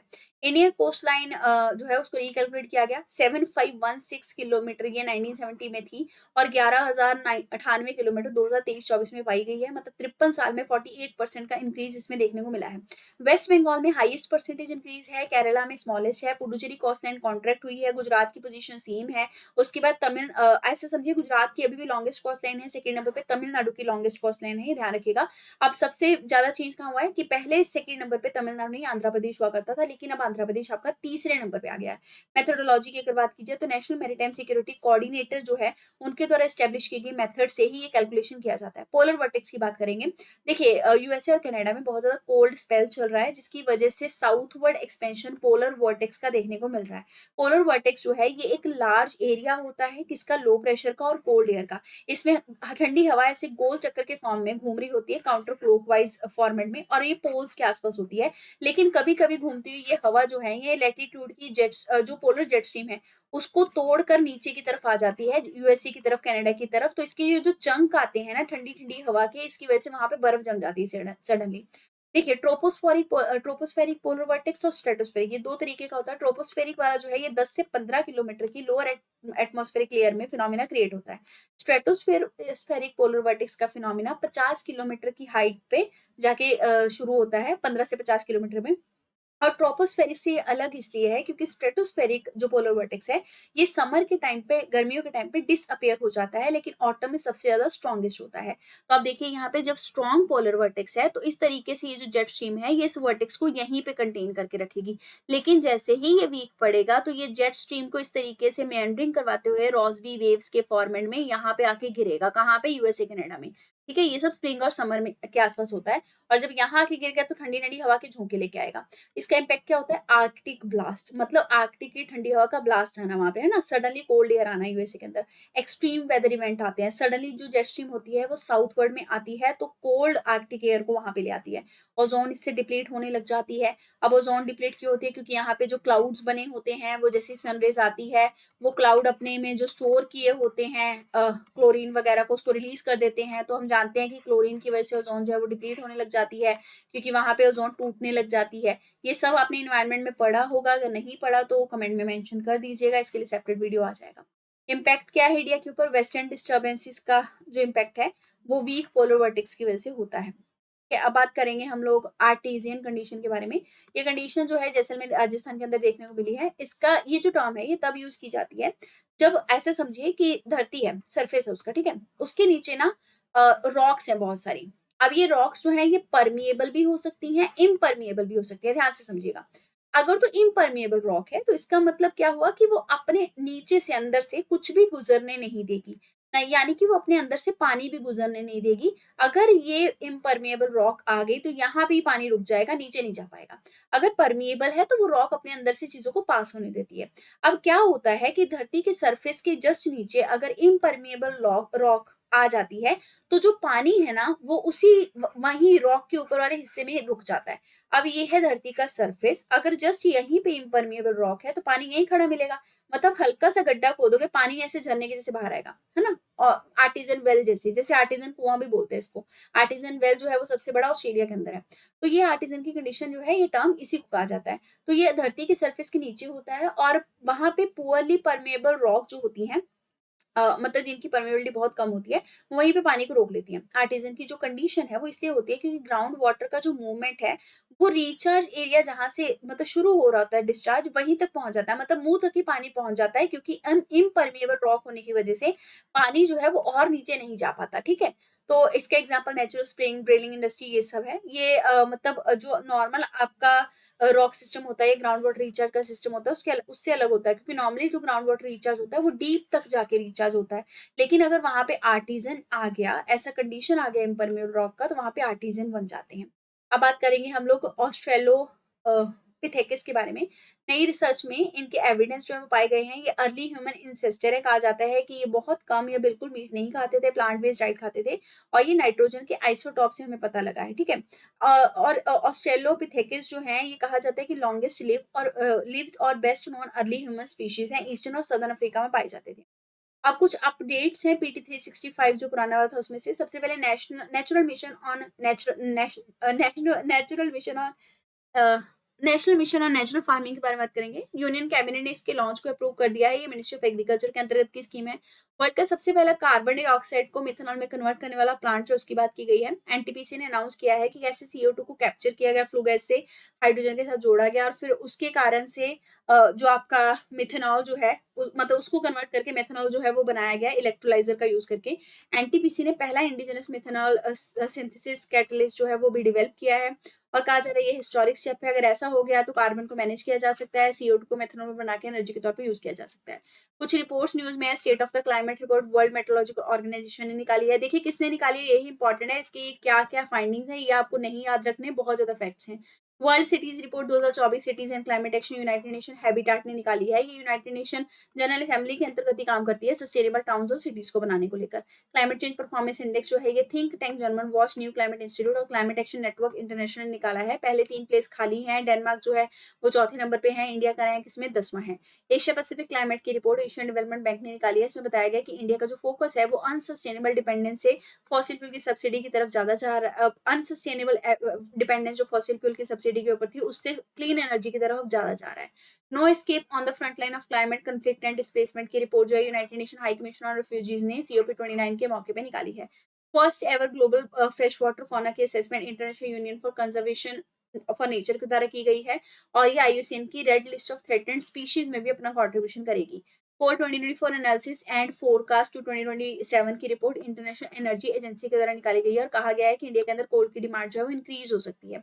ग्लोबल वाटर मॉनिटर 2024 की report global water monitor consortium के द्वारा निकाली गई है। ग्लोबल कार्बन बजट की रिपोर्ट ग्लोबल कार्बन प्रोजेक्ट के द्वारा निकाली गई है COP29 में। COP29 के बारे में ऑलरेडी हम लोग PT 365 एनवायरमेंट में पढ़ चुके हैं।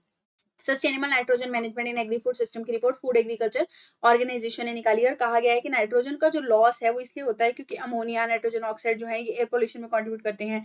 फिर निट्रस ऑक्साइड एक ग्रीन हाउस गैस है। नाइट्रेट जो है वो सॉइल और वाटर बॉडी से लीच आउट हो जाते हैं और इकोसिस्टम को हार्म करते हैं। NI और methane invisible but not unseen की report United Nation Environment Programme और International Methane Observation Emission Observatory के द्वारा निकाली गई है। मीथेन एक मेजर ग्रीन हाउस गैस है। इसका पोटेंशियल CO2 से भी ज्यादा होता है गर्म करने को लेकर एनवायरनमेंट को। ये शॉर्ट लिव क्लाइमेट पोल्यूटेंट है, मतलब केवल 12 साल ही एनवायरनमेंट में रहती है। Waste to worth managing India's urban water crisis through waste water use की रिपोर्ट जो है Centre for Science and Environment और National Mission for Clean Ganga के द्वारा निकाली गई है। District level climate risk assessment report for India mapping flood and drought risk की report Indian Institute of Technology Guwahati के द्वारा IIT मंडी और Centre for Study of Science Tech Policy Bengaluru के साथ मिलकर निकाली गई है। प्रोटेक्टेड प्लैनेट की report United nation programme world conservation monitoring centre ने IUCN के साथ मिलकर निकाली है। प्रोटेक्टेड एरियाज वो ज्योग्राफिकली डिफाइंड एरिया होते हैं जो कि स्पेसिफिक कंजर्वेशन ऑब्जेक्टिव के लिए मैनेज किए जाते हैं। कंजर्व्ड एरिया जो है ये प्रोटेक्टेड एरिया के बाहर के एरिया होते हैं, लेकिन इनको बायोडाइवर्सिटी कंजर्वेशन के लिए यूज किया जाता है। इंडिया ने अपना चौथा बाइएनियल अपडेट रिपोर्ट जो है UNFCCC को सौंप दिया है। दरअसल ये थर्ड नेशनल कम्युनिकेशन का अपडेट था, जिसमें कैसे नेशनल ग्रीन हाउस गैस की इन्वेंट्री को इंडिया मेंटेन करेगा, कैसे ग्रीन हाउस गैस के खिलाफ काम करेगा, उसके बारे में बात की गई है। मिनिस्ट्री ऑफ एनवायरमेंट फॉरेस्ट जो है ये नोडल एजेंसी है जो कि अपनी सारी बाइनल रिपोर्ट जो है वो UNFCCC को जमा करती है। अब हम बात करेंगे कंट्रीज इन न्यूज के बारे में। सबसे पहले जॉर्जिया, कैपिटल है टिबिलिसी। 11 इंडियन जो है वो यहाँ पे मारे गए कार्बन मोनोऑक्साइड की पॉइजनिंग की वजह से। आप देख सकते हैं इसको, जॉर्जिया ये रहा आपका, ठीक है। अब बात करेंगे इंडोनेशिया, कैपिटल है जकार्ता। आप यहाँ देख सकते हैं, ये रहा आपका इंडोनेशिया, कैपिटल इज जकार्ता। तो इंडोनेशिया के अंदर आपका ये वाला जो आइलैंड है, फिर ये है, फिर इस तरफ का जो पार्ट है बोर्नियो का, ईस्ट तिमोर कंट्री से पहले का एरिया यहाँ तक आता है। तो इसका अगर देखा जाए तो यहाँ पे माउंट लेवोटोबी, जिसको लाकी लाकी वॉल्केनो भी कहते हैं, वो इरप्ट हुआ है। माउंट ईबू जो है ये भी पैसिफिक रिंग ऑफ फायर का पार्ट है, ये भी यहाँ का एक्टिव वॉल्केनो है। निकारागुआ का कैपिटल मानागुआ है। इंडिया और निकारागुआ ने अम्ब्रेला एग्रीमेंट साइन किया है जिसका नाम है क्विक इम्पैक्ट प्रोजेक्ट। क्यूबा का कैपिटल हवाना है, यहाँ आप देख सकते हैं क्यूबा, ठीक है, ये क्यूबा है। कैरिबियन सी के पास का एक ये आइलैंड है। इंडिया ने यहाँ पे ह्यूमैनिटेरियन असिस्टेंस दिया क्योंकि हरिकेन रेफेल यहाँ पे आया था। रिपब्लिक ऑफ कोरिया को साउथ कोरिया कहते हैं, कैपिटल का सियोल है, ये रहा। Final negotiation global plastic treaty के यूनाइटेड नेशन एनवायरमेंट प्रोग्राम के चलते यहाँ पे आपके अंडर द वे है बुसान, साउथ कोरिया में। अजरबैजान का कैपिटल बाकू है, आप यहाँ देख सकते हैं। इसका कुछ हिस्सा यहाँ पे भी आर्मेनिया में, हमने देखा था कैसे ये कॉन्फ्लिक्ट में चल रहा है एरिया है ना, बहुत बार देख चुके हैं, प्लेसेस इन न्यूज में भी पढ़ा था, उसका वीडियो चैनल पे है। 2024 यूनाइटेड नेशन क्लाइमेट चेंज की कॉन्फ्रेंस जो है COP29 वो यहीं पे हुई थी। प्लेसेस इन न्यूज में वाटर बॉडीज इन न्यूज की बात करते हैं। होकेसर वेटलैंड, यहाँ पे माइग्रेटरी बर्ड जो है वो एडवर्स तरीके से अफेक्ट हुए हैं पुअर रेनफॉल की वजह से। ये एक रामसर साइट है, 2005 में बनी थी। परमानेंट यूट्रॉफिक लेक है और यहाँ पे रिवर जेलम का फ्लड प्लेन भी लाई करता है। ये वेस्ट ऑफ द श्रीनगर में है।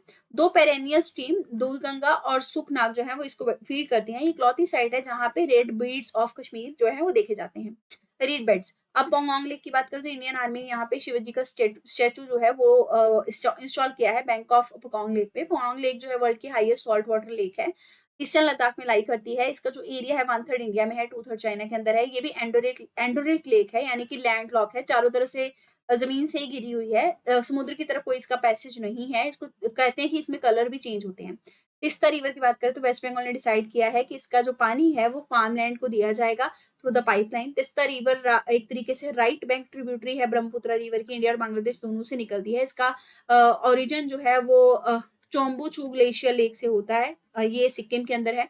मेजर ट्रिब्यूटरीज की लंचुंगछू, जेमुछू, रंगित हैं। वेगी रिवर की बात करें तो रिसेंटली मदुरई बेंच जो है मद्रास हाईकोर्ट का, उन्होंने लोकल बॉडी को बोला है कि एक्शन प्लान जो है वो लेना पड़ेगा वेगई रिवर को रिजर्वेट करने को लेकर। ये ईस्टर्न स्लोप ऑफ वेस्टर्न घाट से ओरिजिनेट होती है, वरुशनाद एरिया से। इसके ट्रिब्यूटरीज यहाँ पे नागलार, वर्षनिधि, सिरमलरी, सथाइयार ये सब हैं। ये पाल्क बे में जाके गिरती है। आप यहाँ देख सकते हैं पाल्क बे इस तरफ है, ठीक है। मूसी रिवर जो है यहाँ पे हिस्टोरिक बिल्डिंग्स जो हैं उनको वर्ल्ड मॉन्यूमेंट वॉच 2025 में रखा गया है। इसका ओरिजिन जो है ये अनंतगिरी हिल के अंदर तेलंगाना में होता है। ये one of the major tributary है कृष्णा रिवर की और मेजर वाटर सोर्स भी है हैदराबाद का। रिवर गोमती की बात की जाए तो यहाँ पे first composite ecological task force Ganga के लिए जो है वो बनाई गई है। इंडियन आर्मी ने यहाँ पे नई कंपनी बनाई है रिवर गोमती को रिवाइज करने के लिए। गोमती रिवर जो है ये गोमत ताल से ओरिजिनेट होती है, जिसको फुलरल झील भी कहते हैं, और ये पिलबीट डिस्ट्रिक्ट ऑफ यूपी के अंदर लोकेटेड है। ये रिवर गंगा की ट्रिब्यूटरी है, रिवर गंगा से ही गाजीपुर डिस्ट्रिक्ट में जाके मिलती है। इसकी खुद की ट्रिब्यूटरी कथीना और साई है। आगे बात करेंगे सुबनसिरी रिवर की। 2000 मेगावाट का Subansiri lower hydro power project river Subansiri पे अरुणाचल प्रदेश के अंदर अरुणाचल असम बोर्ड में स्टार्ट किया गया है, असम बॉर्डर पे स्टार्ट किया गया है। इस रिवर को गोल्ड रिवर भी कहते हैं। ये ट्रांस हिमालयन रिवर है, यानी कि हिमालय के पार तिब्बत हिमालय से ओरिजिनेट होती है। ये रिवर जो है इंडिया में मिरी हिल जो है अरुणाचल प्रदेश की वहां से एंटर करती है। ये राइट नॉर्दर्न बैंक और लॉन्गेस्ट ट्रिब्यूटरी है ब्रह्मपुत्र की, और ये मजूली आइलैंड पे ज्वाइन करती है ब्रह्मपुत्र को। मजूली आइलैंड जो है ये लार्जेस्ट रिवर आइलैंड है एशिया का, असम के अंदर लोकेटेड है, जो कि रिवर के ऊपर बना हुआ आइलैंड है। वर्ल्ड की बात करेंगे, वर्ल्ड में कौन सी वाटर बॉडी न्यूज में है? कर्च स्ट्रेट, यहाँ पे आप देख सकते हैं रशिया ने emergency task force कर्च straight oil spill के लिए भेजी है। ये आपका जो कर्च स्ट्रेट है ना, ये सी ऑफ अजोव को ब्लैक सी से कनेक्ट करता है और रशिया का जो क्रीमियन पेनिसुला है उसको सेपरेट करता है करसोनदौर रीजन से। इसका सिग्निफिकेंस है कि यहाँ से बहुत सारी शिपिंग गुजरती है। लेक नैविशाव की बात की जाए तो यहाँ पे वाटर हायासिंथ जो कि एक इन्वेजिव स्पीशीज की वजह से बहुत सारी फिशेज को नुकसान पहुंच रहा है लेक नैविशाव में। ये कीनिया के अंदर है, शैलो फ्रेश वाटर लेक है, रिफ्ट वैली के अंदर बनी हुई है। ये लेक जो है ये फ्रेश है, जबकि इसका कोई आउटलेट नहीं है क्योंकि इसको अंडरग्राउंड से पानी जो है वो मिलता रहता है। ये वेटलैंड भी है, रामसर साइड भी है। लेक विक्टोरिया जो कहा जा रहा है कि यहाँ पे जेनेटिक सर्वे सियानोबैक्टीरिया का यानी ब्लू ग्रीन एल्गी का किया गया है, और lake Victoria second largest fresh water lake है। सबसे बड़ी फ्रेश वाटर लेक जो है वो आपकी लेक सुपीरियर है यूएसए के अंदर, सेकंड आपकी अफ्रीका के अंदर लेक विक्टोरिया है। ये बॉर्डर बनाती है तंजानिया, उगांडा और कीनिया कंट्री में। ग्रेट बैरियर रीफ जो है वर्ल्ड, यहाँ पे वर्ल्ड का फर्स्ट क्रायोबॉर्न बेबी कोरल जो है वो सक्सेसफुली सेटल किया गया। ग्रेट बैरियर रीफ दरअसल कोरल रीफ है ऑस्ट्रेलिया के अंदर, और ये क्रायोबॉर्न कोरल जो है ये क्रायो प्रिजर्वेशन टेक्निक से वहां पे डेवलप करके कोरल सेल छोड़े गए हैं ताकि कोरल वहां पे जो खत्म हो रहे हैं उनको दोबारा से रिवाइव किया जा सके। कुछ अदर ज्योग्राफिकल फीचर्स जो न्यूज में है, Arctic boreal zone, recent finding कह रही है कि 34% आर्कटिक बोरियल जोन जो है ये कार्बन सोर्स है रादर देन सी, यहाँ से कार्बन इमिट हो रहा है।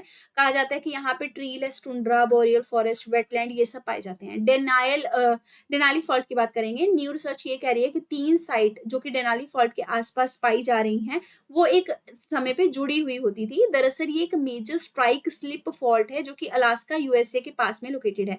तो आप इसको यहाँ पे डायग्राम से समझ पाएंगे।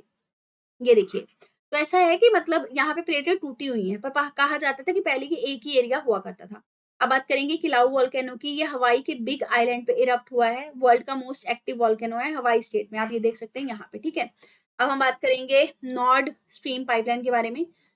तो ये रही आपकी north stream pipeline. Recently UNEP की जो स्टडी वो कह रही है कि 2022 में ये जो पाइपलाइन का एक्सप्लोजन है इसकी वजह से लार्जेस्ट ह्यूमन इंड्यूस्ड मीथेन का रिलीज हुआ था। ये मेजर नेचुरल गैस पाइपलाइन है जो कि बाल्टिक सी से गुजरती है, रशिया से जर्मनी को जोड़ती है। रिंग ऑफ फायर की बात करें तो स्ट्रॉन्ग अर्थक्वेक जो है वो साउथ वेस्टर्न जापान में यहाँ पे 6.9 मिलियन का देखने को मिला। रिंग ऑफ फायर को सर्कम पैसिफिक बेल्ट भी कहते हैं। दरअसल ये एक पैसिफिक रिंग ऑफ फायर है जो पैसिफिक ओशियन के आसपास की वो एरिया है जहाँ पे वॉल्केनोस और अर्थक्वेक जो है बहुत ज्यादा आते हैं। तो ये स्ट्रिंग ऑफ वॉल्केनो और अर्थक्वेक की साइड्स का एक तरीके से चेन है। आगे बात करेंगे सोलोमन आइलैंड की। वर्ल्ड का लार्जेस्ट कोरल जो है वो यहाँ पे पाया गया है, आप यहाँ देख सकते हैं।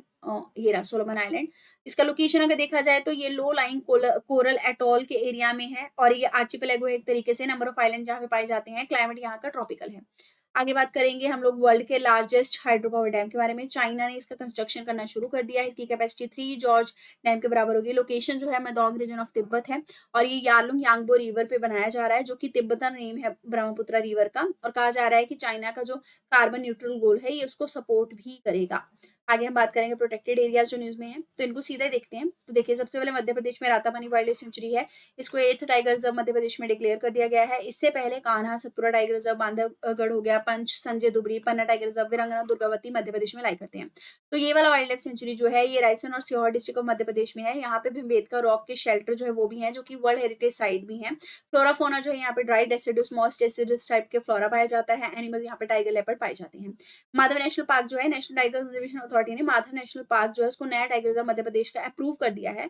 दरअसल इसका लोकेशन जो है मध्य प्रदेश के शिवपुरी डिस्ट्रिक्ट के अंदर है, विंध्यान हिल के अंदर। और कहा जाता है कि मुगल एम्परर्स का, महाराजा ग्वालियर का एक टाइम पे हंटिंग ग्राउंड हुआ करता था। यहाँ पे एंटेलॉप्स जैसे कि चिंकारा वगैरह, डियर वगैरह पाए जाते हैं। Northern tropical dry deciduous mix forest और ड्राई थॉर्न फॉरेस्ट यहाँ पे पाए जाते हैं। इसके अलावा मधिकेरा डैम जो है वो यहाँ पे नॉर्थ वेस्टर्न पार्क में लोकेटेड है। रणथंभौर टाइगर रिजर्व राजस्थान के अंदर है। यहाँ पे सबमर्जेंस जो है पानी का वो देखने को मिल रहा है क्योंकि पार्वती, कालीसिंध, चंबल, ईस्टर्न राजस्थान का कैनाल प्रोजेक्ट बन रहा है। दरअसल ये अरावली और विंध्या हिल के बीच में है। इसको टाइगर रिजर्व 1973 में डिक्लेयर किया गया था। इसके अलावा सवाई माधोपुर सेंचुरी, कालादेवी सेंचुरी ये सब इसी का पार्ट है। यहाँ से बानस रिवर, चंबल रिवर जो है वो गुजरती है, और यहाँ पे ढोक नाम का पेड़ जो है मोस्ट डोमिनेंट है। Royal Bengal tiger, leopard, Indian wild boar सब यहाँ पे पाए जाते हैं। इसका कल्चरल सिग्निफिकेंस है कि यहाँ पे रणथंभौर फोर्ट जो है वो पाया जाता है जो कि यूनेस्को वर्ल्ड हेरिटेज साइट है। हिमाचल प्रदेश में शिकारी देवी वाइल्ड लाइफ सेंचुरी है। इको सेंसिटिव जोन जहाँ पे डिक्लेयर किया जा रहा है, तो ध्यान रखिएगा ये हिमालय के मंडी डिस्ट्रिक्ट में लाई करती है। इसका नाम शिकारी देवी गॉडेस के नाम पे रखा गया है, और कहा जाता है कि जूनी खुड नाम की जो स्ट्रीम है वो यहाँ से गुजरती है जो ब्यास नदी की ट्रिब्यूटरी है। इसको important bird area, bird life international declare किया है। अल्पाइन पास्चर, टेम्परेट डेसिडुस फॉरेस्ट सब यहाँ पे पाया जाता है। मानस नेशनल पार्क की बात करें तो रिसेंट स्टडी बताती है कि यहाँ पे टाइगर का पॉपुलेशन जो है वो ट्रिपल हो चुका है।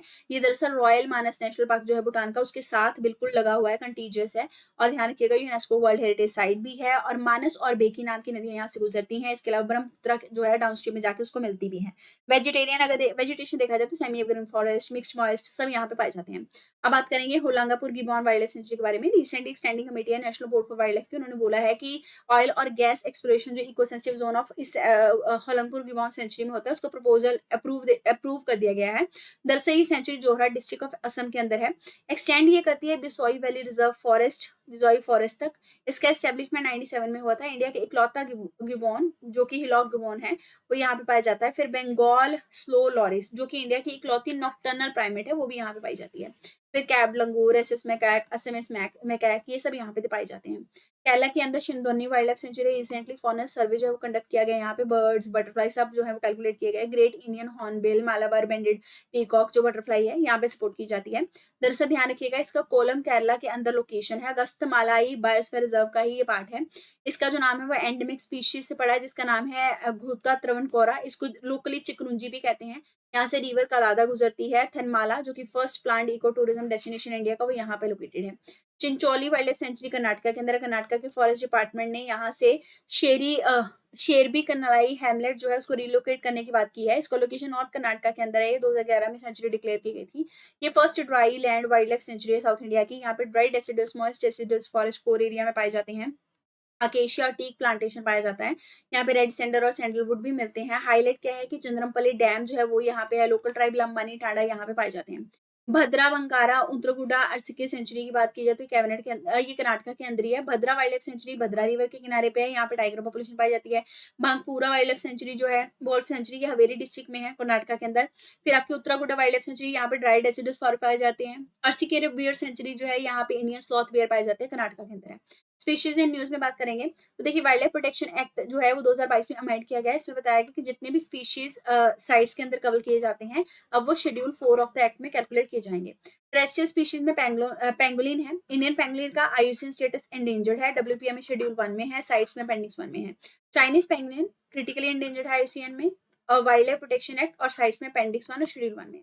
पेंगोलिन जो है इनका देखा गया है कि पोचिंग तेलंगाना में इंक्रीज हो चुका है। ये मैमल्स हैं और इकलौते मैमल हैं जो कि स्केल से कवर किए जाते हैं। ये देख रहे हैं ना, स्केल है इनके ऊपर तीखे तीखे और ये खुद को प्रोटेक्ट करते हैं और ये एंट को, टर्माइट को, लार्वा को खाते हैं। इनको स्केली एंटीटर भी कहा जाता है। ये सॉलिटरी हैं, अकेले रहते हैं, नॉकटर्नल है, रात के टाइम में निकलते हैं।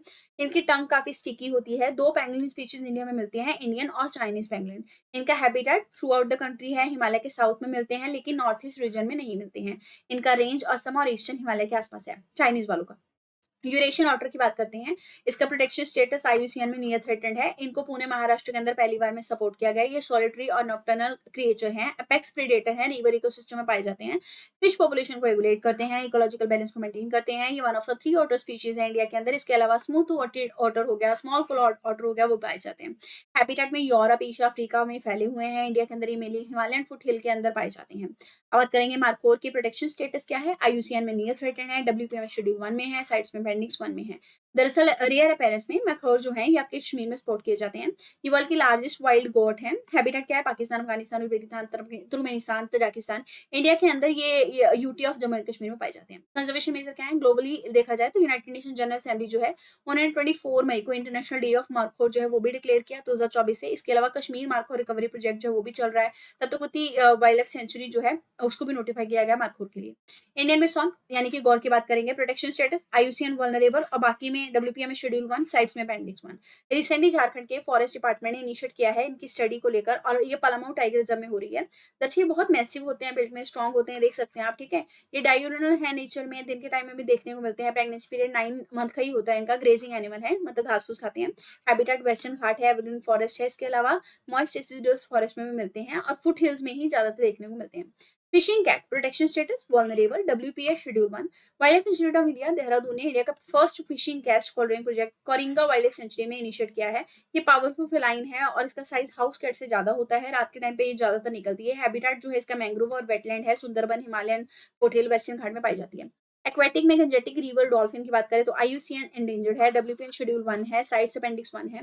देखिए इंडिया ने पहली बार में गंगा रिवर डॉल्फिन टैगिंग जो है वो असम के अंदर की है। ये इसेंशियली ब्लाइंड होती है, देख नहीं सकती। इको लोकेशन के बेसिस पे काम करती है, यानी कि साउंड को सुनते हुए खुद को मूवमेंट देती हैं। ये ब्लो होल से ही ब्रीथ करती हैं हर 30 से 120 सेकंड में। ये फ्रेश वाटर में मिलती हैं जैसे गंगा, ब्रह्मपुत्रा, मेघना, नेपाल, इंडिया, बांग्लादेश में इनका एक्सपेंशन है। इंडिया जो है यहाँ पे 90% तक ग्लोबल पॉपुलेशन इनका मिलता है।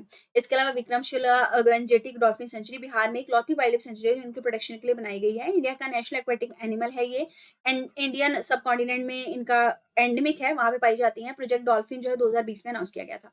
Sperm whale protection status vulnerable है। ये पहली बार साइंटिस्ट ने यहाँ पे बोला स्पर्म वेल जो है वो बर्स्ट ऑफ क्लिकिंग नॉइज से भी कम्युनिकेट कर लेती हैं, जिनको हम बोलते हैं कोडास, और ये मोर्स कोड का साउंड निकालती हैं। मोर्स कोड के जैसे ही साउंड निकालती हैं। कैरेक्टरिस्टिक क्या है कि ये लार्जेस्ट ऑफ टूथ वेल है जिनके दांत हैं, और ये क्लॉथी मेल है जो कि पोल्स के आसपास पाई जाती हैं। डीप ओशन वाटर में भी मिलती हैं, आइलैंड और कोस्टल एरिया में भी मिलती हैं। इंडिया, अर्जेंटीना, बांग्लादेश में इनका एक्सपेंशन है।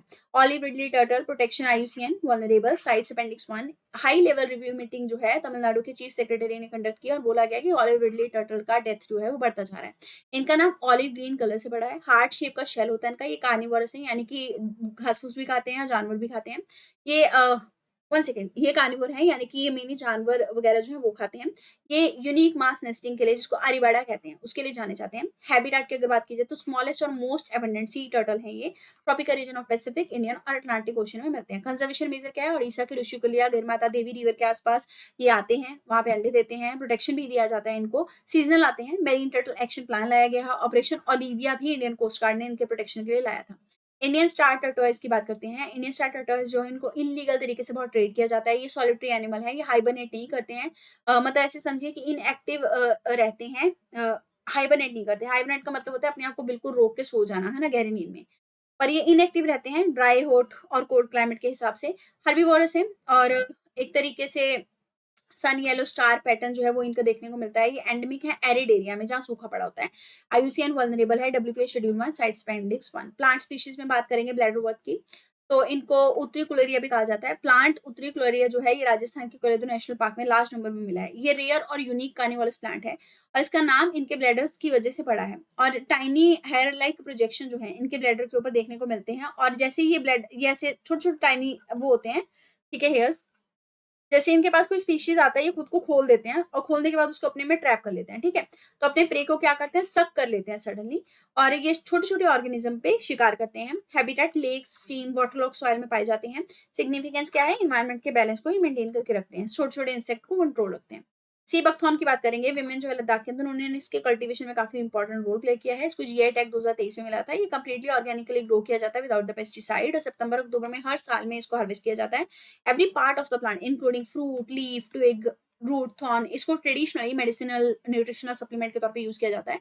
इसको इसीलिए wonder plant, Ladakh gold, golden bush, gold mine of cold desert भी कहा जाता है। वाटर हाइसिंथ की बात करेंगे। विमेन जो है फ्लड प्रोन बॉर्चिला ऑफ असम की, उन्होंने वाटर हाइसिंथ को इको फ्रेंडली प्रोडक्ट में ट्रांसफॉर्म करना शुरू कर दिया और जॉब भी क्रिएट करी।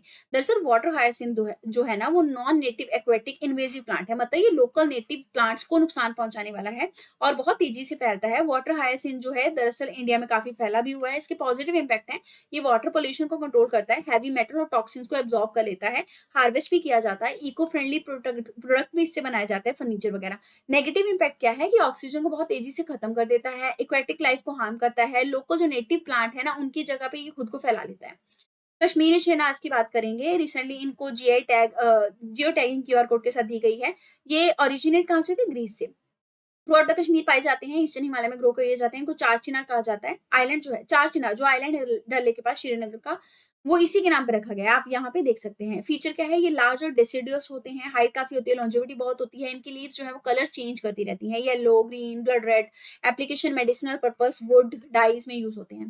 ट्रॉपिकल प्लांट सुबाबुल की बात करेंगे। रिसेंटली रिसर्चर जो है institute of advance study in science and tech Guwahati के, उन्होंने एक थेरेपेटिक पोटेंशियल जो है सबुल का वो हाल फिलहाल में देखा है कि टाइप 2 की डायबिटीज में इंसुलिन के रेजिस्टेंस को ये मैनेज कर सकते हैं। ये fast growing traditional medicinal leguminous tree है, ट्रॉपिकल सब ट्रॉपिकल रीजन में उगाए जाते हैं।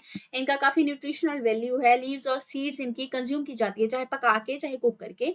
अब बात करेंगे हम लोग डिस्लीपेट्रा पॉलीमॉर्फा के बारे में। साइंटिस्ट जो है अग्रिकल्चर रिसर्च इंस्टीट्यूट पुणे के, उन्होंने इसको डिस्कवर किया वेस्टर्न घाट के अंदर। ये ओपन ग्रासलैंड में एक्सट्रीम कंडीशन में, जैसे कि सूखे में, ड्राउट के एरिया में पाए जाते हैं, और रॉबस्ट इनका रूट स्टॉक होता है। अनयूजुअल डुअल ब्लूमिंग पैटर्न इनमें देखने को मिलता है, मतलब ये 2 साल में 2 बार ब्लूम करते हैं, एक तो पोस्ट मानसून के टाइम में और उसके बाद ग्रासलैंड फायर के बाद में।